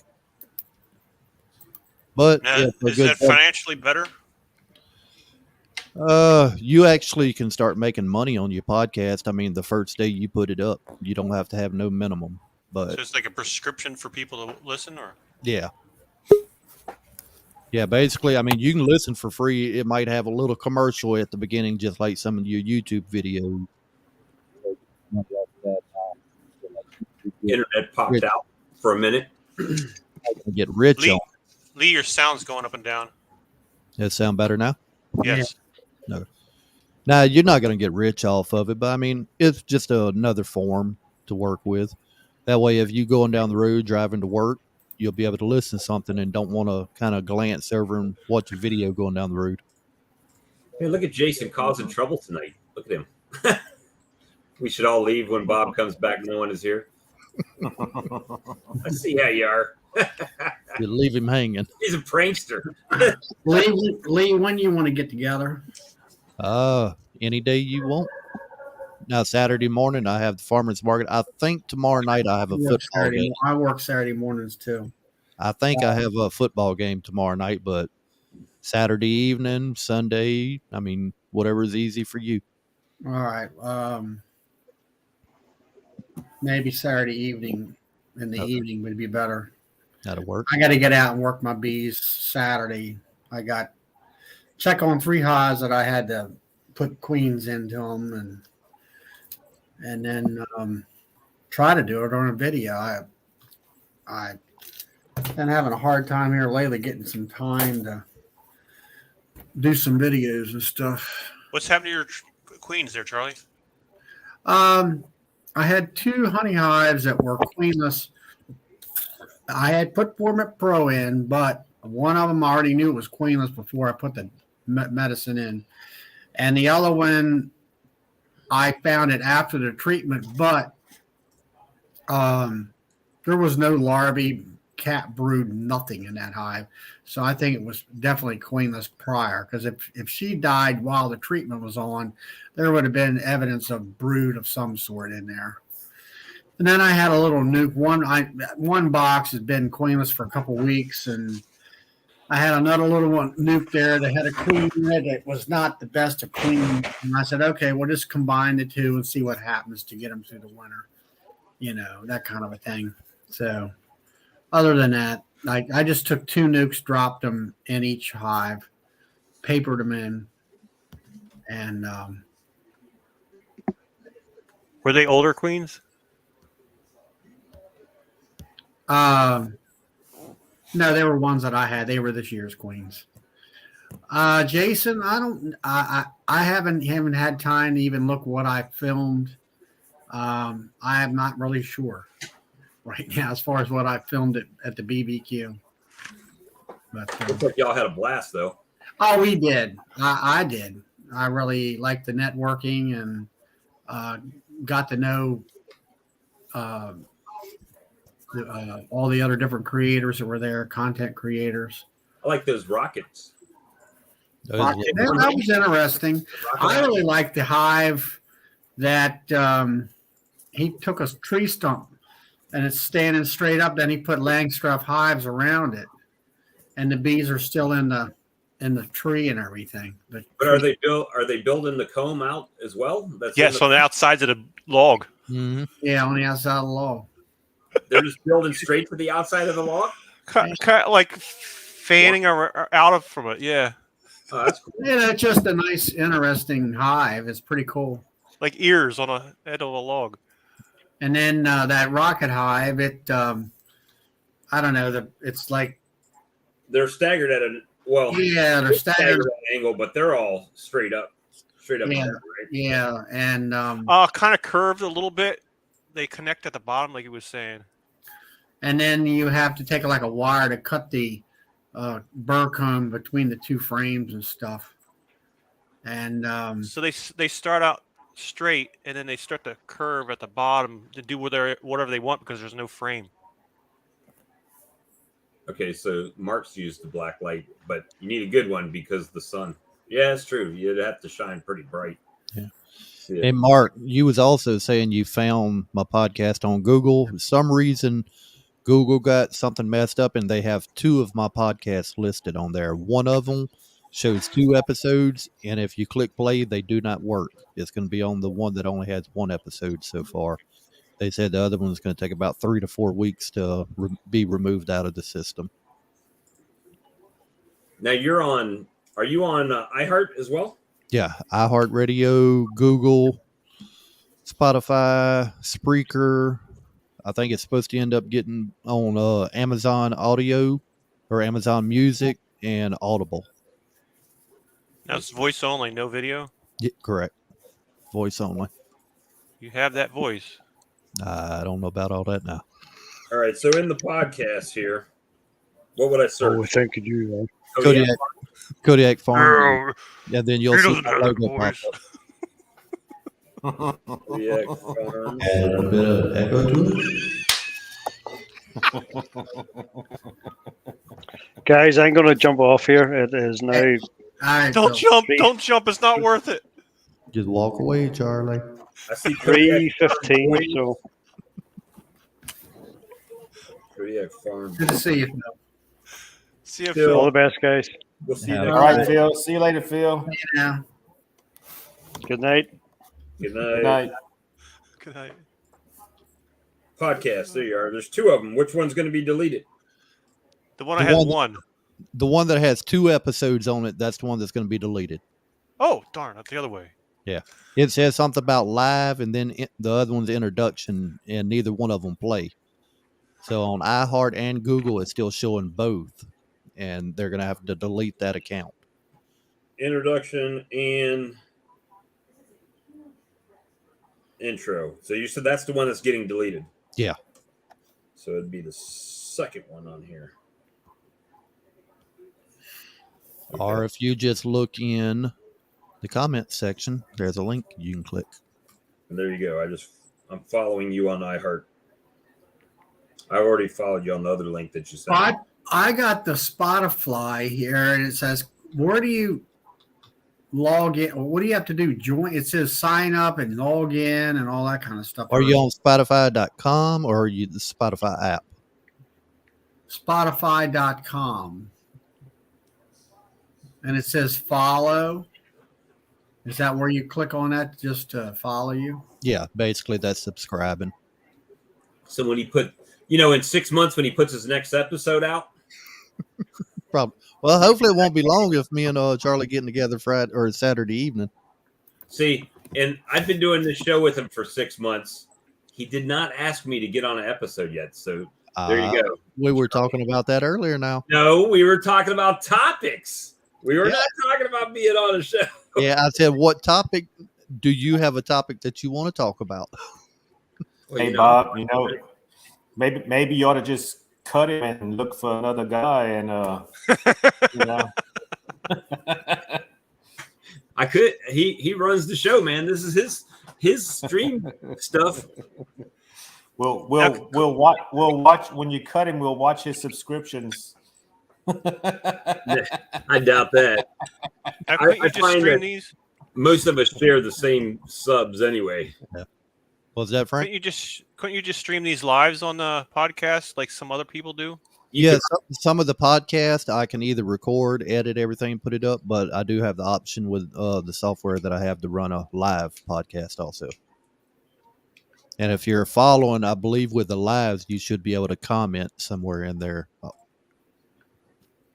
And then, figure it out, man. Then we can stream the live stream to podcasts as well. True. Yeah, some other beekeepers do that already simultaneously. Bob, do you have to pay for this podcast? It depends. It's kind of like some other software. You got a free version. You have so many hours worth of storage. And then if you fill that up, then you can start paying so many dollars per month. So to answer your question, Lee is paying for his because he doesn't go free. Actually, I'm going free on this right now. I was gonna go free. I'll go the free route because if they give you a couple hours, that ought to last us a couple of years for Lee's podcast. Yeah. I think on the free when you get up to like 10 hours. Hell. 10 hours, we good. That's a lifetime subscription. Yep. Lifetime subscription. Yeah, but Lee could be making podcasts from his crane. He'd be up there talking about bees and Hey, there might be a little more noise in the background there. Well, if I hear you talking about the NICOT system, I'm going to try to get in there some kind of way, holler lies. It's all lies. This guy's a fraud. This guy's a fraud.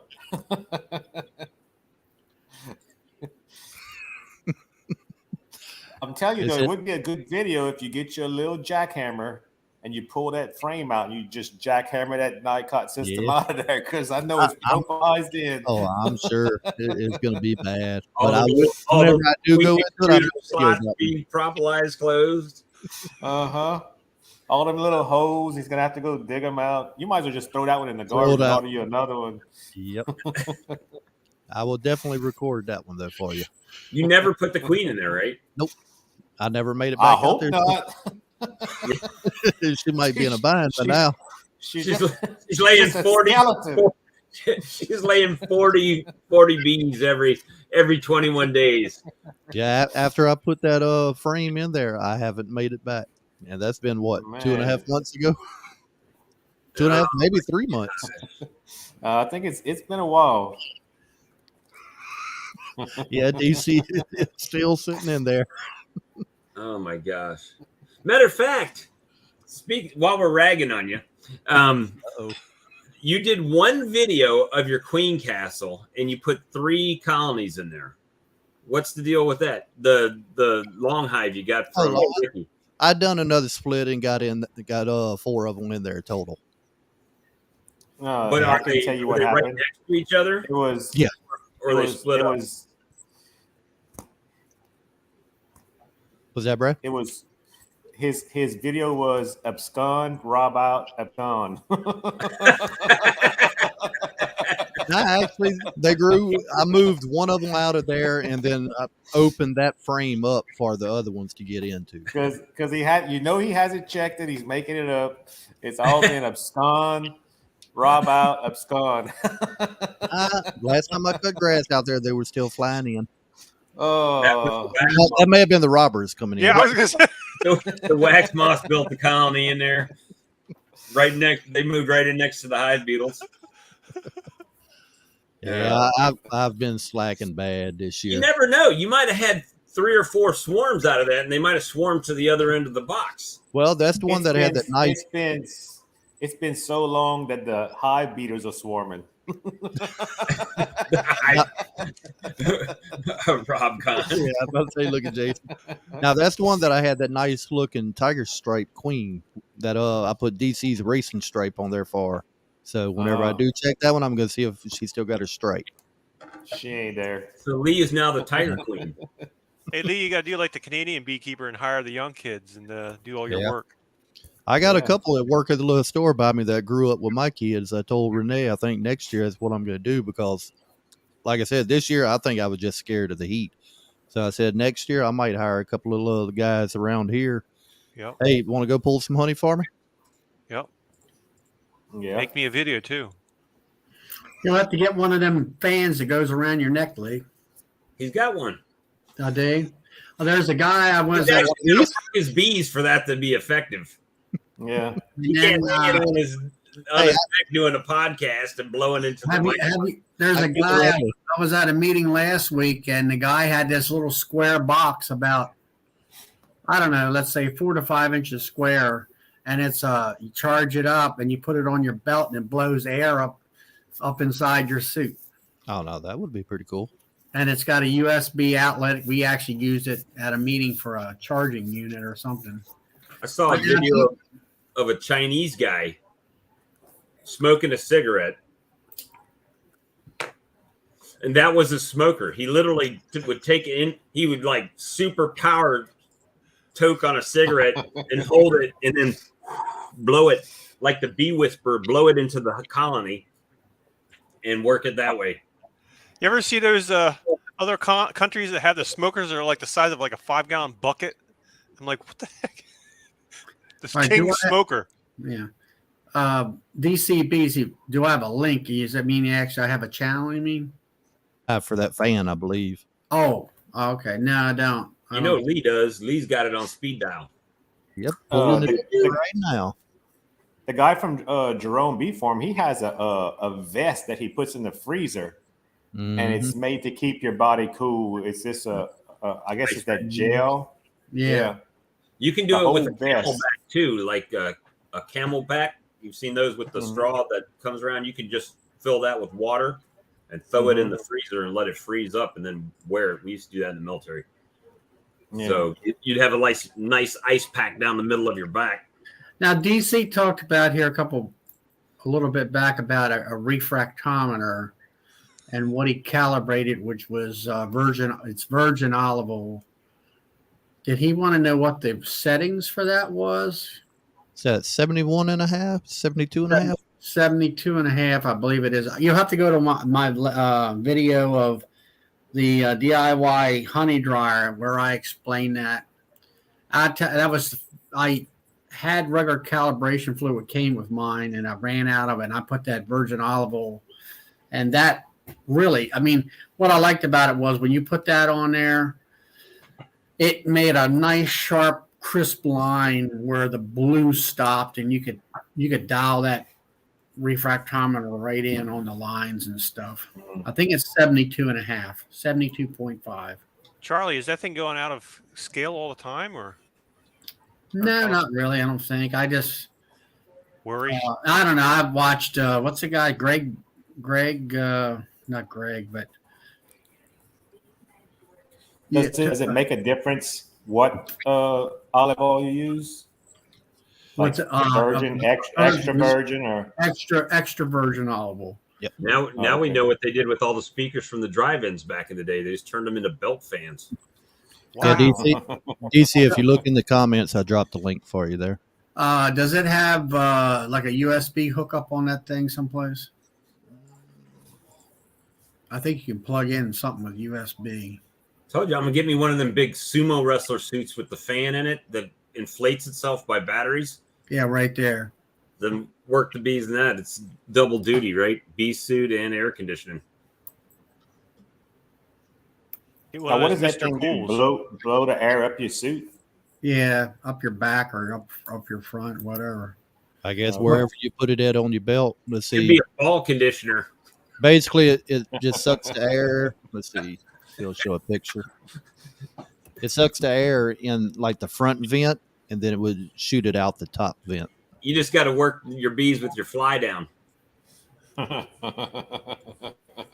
who did that? Wasn't that Jason? Jason had a video with his fly down? Yeah, somebody did it. I think it was Jason.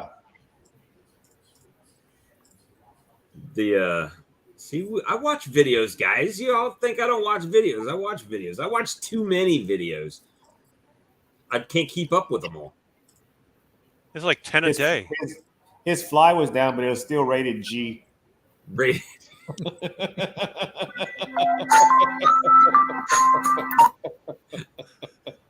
Oh man. Yeah, we're gonna have a Naked and Afraid B edition. Jason said he don't know what you're talking about. Dot. I think I saw that video that he was talking about that. I think it was like an after, like a flashback video. And we're gonna do Naked and Afraid B edition, but we gotta get our blur game on strong. I got After Effects, so I can trace everything to keep it blurred. Well, I mean, what are you using? Like an 8-point? 8-point font? Lee's going to use a dot. A dot.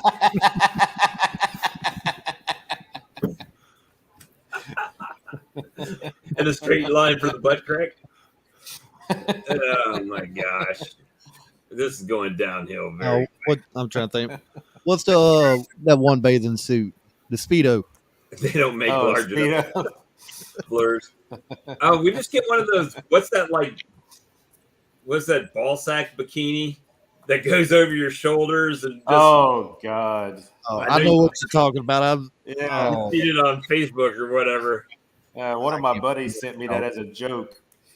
He said, I found you a bathing suit this summer. And he sent me that and I laughed.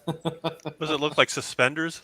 Yeah, it does. Yeah, it does. It's like a thong, but it like just goes around your junk and then over your shoulders. A man cube. The bad thing about it is probably people actually wear that thing. You know, and it probably would be a viral video, not for the beekeeping, but people would say, look at this fool. You know what I mean?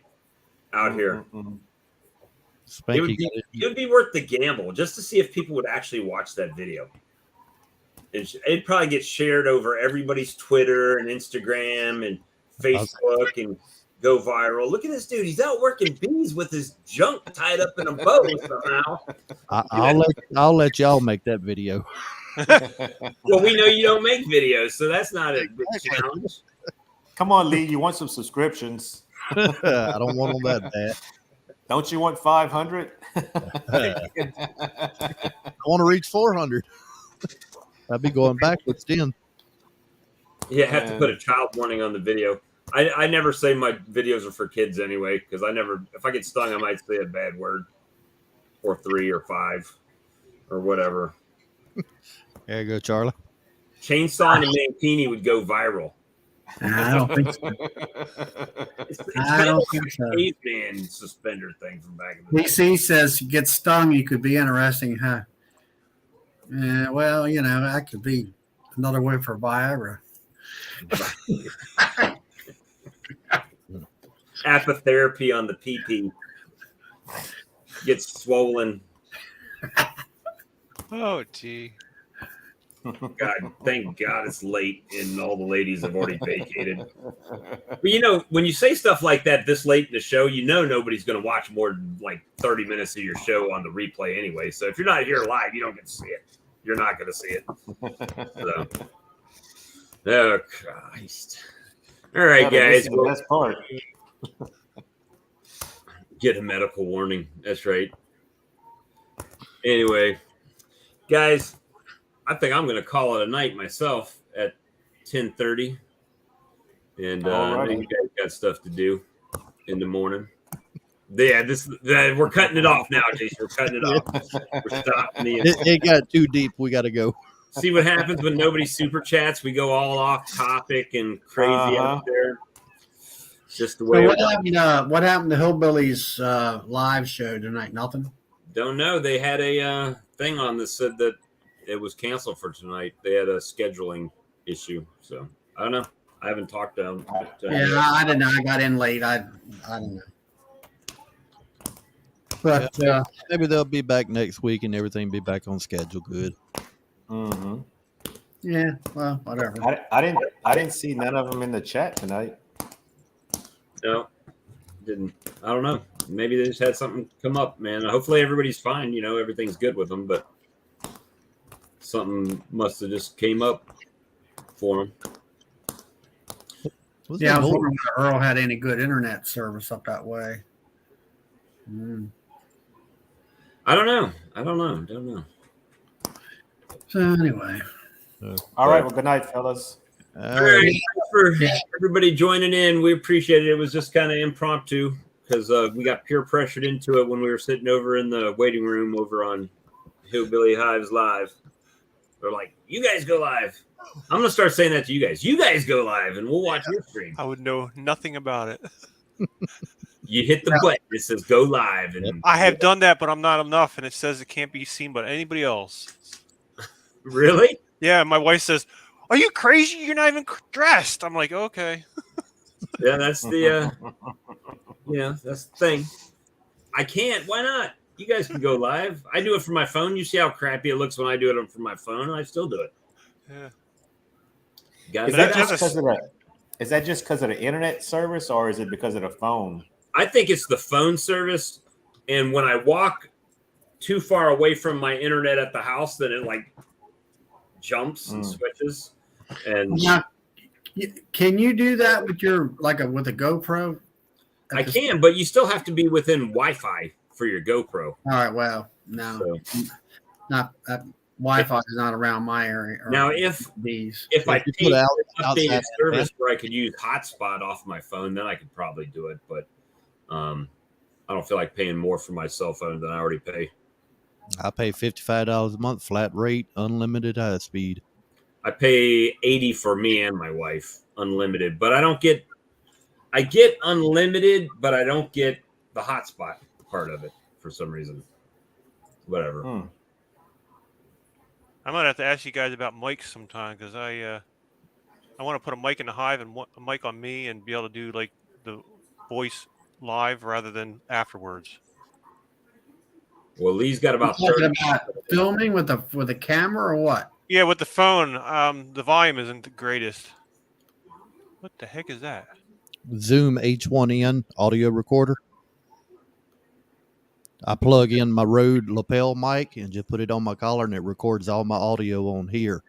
So no matter if I walk away from my camera down the line of hives, you can still hear what I'm saying, and I just sync it in post-production. Gotcha. Because I tried like the earbuds, but they won't. You can talk on the phone, but you can't do a video. But you're trying to do a video with a phone, right? Yes. Yeah. Okay. I mean, I use my GoPro, right? GoPro camera, but then I have a Rode wireless microphone system where I get pretty good. I mic up my GoPro. So yeah, William, if I ain't mistaken, you was asking before you got yours what was a good one, and I was showing that one. Yeah. But anyway, or if you're wanting to go bigger. Mine look just like Charlie's, except they're called Cinco. They look like the Rode. You can get the H4. It's called Cinco. It's the same ones that Castle Hives use. It looks just like the Rode wireless, and one plugs on your phone, and then the other one you just clip to your shirt. Hey, DC, they make Chinese versions of GoPro that do 4K. Yeah, are those any good? Action cameras. I don't know if they're. I mean, I had a guy back in the day that said he used them and he didn't have any problem with them. So I don't know. That Synco mic sounds good too. And you could do 2 mics with a Synco, like one in the Hive to get the bees. Yeah, they got a setup where it has one receiver that plugs to your phone, and you can get 2 of the mics. The transmitters. It's made for like if you had 2 people, but you can use one for the bees or whatnot. Why do you want to record the Hive? Because I want the sound of everything around me rather than just me. If you got a buzzing, or if you're got the, I did that Hive lighting it. I put the mic inside the smoker so you can hear the sound rather than just. I mean, if you got a mic on you, I mean that should pick all that up. It's kind of like Lee with all the different the colors and the lights. You want to do the same with sound. You want to just take the whole everything in. You kind of like if you got a mic part, you can adjust the ambiance of everything. Yes, you can get the background noise of any birds or the bees. Yep. Yeah. That Synco comes with different packages. You can get anywhere from 1 to 3, I think, with the same transmitter or receiver for the phone. Yeah. Yeah, well, the Rode, I got that one there. It's $300 for that mic system. Yeah, I think I paid like it was like $125 for that Synco, and it looks just like the Rode. It sounds pretty good, and it comes in a little case with all the different chargers, and it even comes with a little mic that you can clip on and plug to it, or it has a mic itself. Yeah. Mike just said about a stereo mic. Now I'm even drooling more. Can you imagine having the bee sound as it goes past you? And yeah, he's looking for a Bluetooth stereo. If I'm not mistaken, check Bruce's bees. I think that Mic Plus he has, I think that connects by Bluetooth, but don't quote me. And it's stereo? I think most of us do use GoPro type cameras. Well, I was wanting to fix and to get me one, but they just come out with a GoPro 11. Is that anybody have that one? Mm-mm. I didn't know they had it. They got a GoPro 10, but that one came out about a year ago. Well, it was out the first of this year, but Brian from Castle Highs advised me not to buy it at the time because of software overheating. Software issues. Now he still has overheating. Last Friday it overheated. Now what he had was I had that media mod that goes around the camera where you plug everything in, and he had this other unit made out of aluminum, and the problem with that media mod, if you want to change the battery, you want to change the SD card, you got to get that whole damn camera apart. Yep. I bought the media mod. I tried using it one time. After then, it just sits in the case. I never use it. Then Brian's got one. It's aluminum. It's a different company. I got here on my phone. And it's got a door. You can flip the door up. You can pull the battery out of it while it's still on a selfie stick or whatever. And you can it's accessible. And then it has 2 cold shoes on it. And I got to talk to him. He had instead of using them little ears, I think, to put it on your selfie, he had some kind of universal shoe on there where you could take that camera off that stick and maybe put it on a tripod, just slide it on and click it on. And I got to find out what that is too. Okay. How long do the batteries last? The white batteries, there's white on the GoPro, there's a white and a blue battery. A blue one don't last too long. A white ones that I got, that's the blue one right there. The white ones last longer. There's supposed to be something about cold weather, which I don't have to worry about. Yeah, they last longer in cold weather, but in regular, I guess you'd say regular temperatures, they're supposed to last like 40% longer. Yeah. Okay, what are we talking about though? As time wise, is like 10 minutes, 15, 30? Oh no, maybe I don't know. I mean, it depends on how much you're running. I guess an hour. It depends on if you're recording 720, 1080, or 4K. Yeah. I mean, the higher resolution's faster. The batteries can run on 1080. I've run mine 30 minutes easily and still had battery left. Oh yeah. Oh, okay. I run 1080 now. The problem with Brian is he's always running 4K. Mm-hmm. Now I don't that overheats your camera faster too. Yeah, and that bat, it'll go click click, it'll go beep beep beep, and it's overheated. And he pulled the battery out, and I felt it. It was hot, and he's blowing me. I wonder with that stick that he bought, that GoPro stick thing that he uses, that's like a juice box. You know those little juice box like you plug your phone in to charge your phone with? Yeah. That stick is like that. You charge that stick up and you take the battery out. It just runs on a wire connection like it's hooked into the power. So I don't know if it overheats like that. He said once he put that on it, because you don't have a battery in there in the camera, then you can leave that open and it don't overheat as bad. Yeah, but I don't. I mean, I'm no expert on all that. We'll say filming. You know, the editing part. What is it? He is it just a better picture because he does it at 4K? He can slow it down. At 4K, well, depending on what frame rate's running, but 4K, you can zoom in basically 4 times as much and still be running 1080p and not lose the resolution. And Charlie, my son has a gaming computer, and he was showing me his monitor, and he was showing me these beat videos with the gaming video screen and his crazy card that he has in there. And I'm like, what? You can see everything. Right. Well, see, that's where I'm at. I mean, right now I'm using a laptop, and I don't have a video card that's got any RAM on it. So Holy cow. I mean, you could see the zip code on the bee's butt. Yeah, but now we talking, is it because of the video card or is it because of the screen? Everything together. He was showing me that some button he found on the screen. He's like, Dad, look, it's so much faster, because he had some settings somewhere it was just a little off. I'm like, what?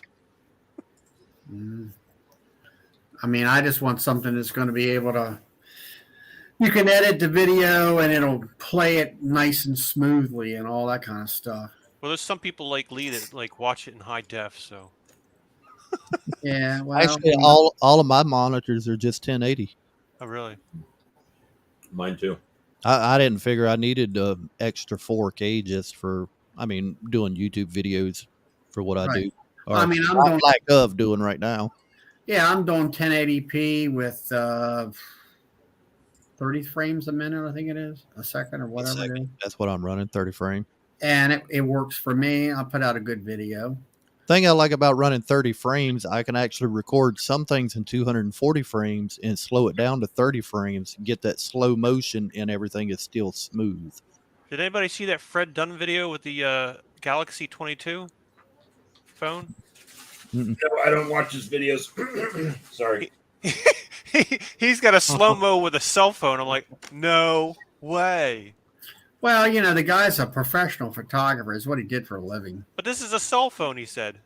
Yeah. The 22, supposedly Galaxy. But how much did the damn cell phone cost? I don't know. You know. That's my extra toy. Now, he could film videos on that. I got more lenses back there that are bigger than this one. You know, I mean, a lot of guys do, what is it, a Canon 60 or something like that? Or Canon M60. Yeah, I mean, I don't know. I mean, I don't know enough about all that technology to do a good choice of what I need, what I would buy. It's the main thing for me was upgrading my computer, because 1080p is fine, but it's on the editing side. Like, I did a 4K video the other day, and to render it before, it used to take me 18 to 20 minutes to render a video, just a 1080p. This one took me 5 minutes to render in 4K. So it was like, how long a video was it? It was only like 8 minutes, but wow. But that was still, I mean, the resources that the computer is using to render, Yeah, we love you too, William.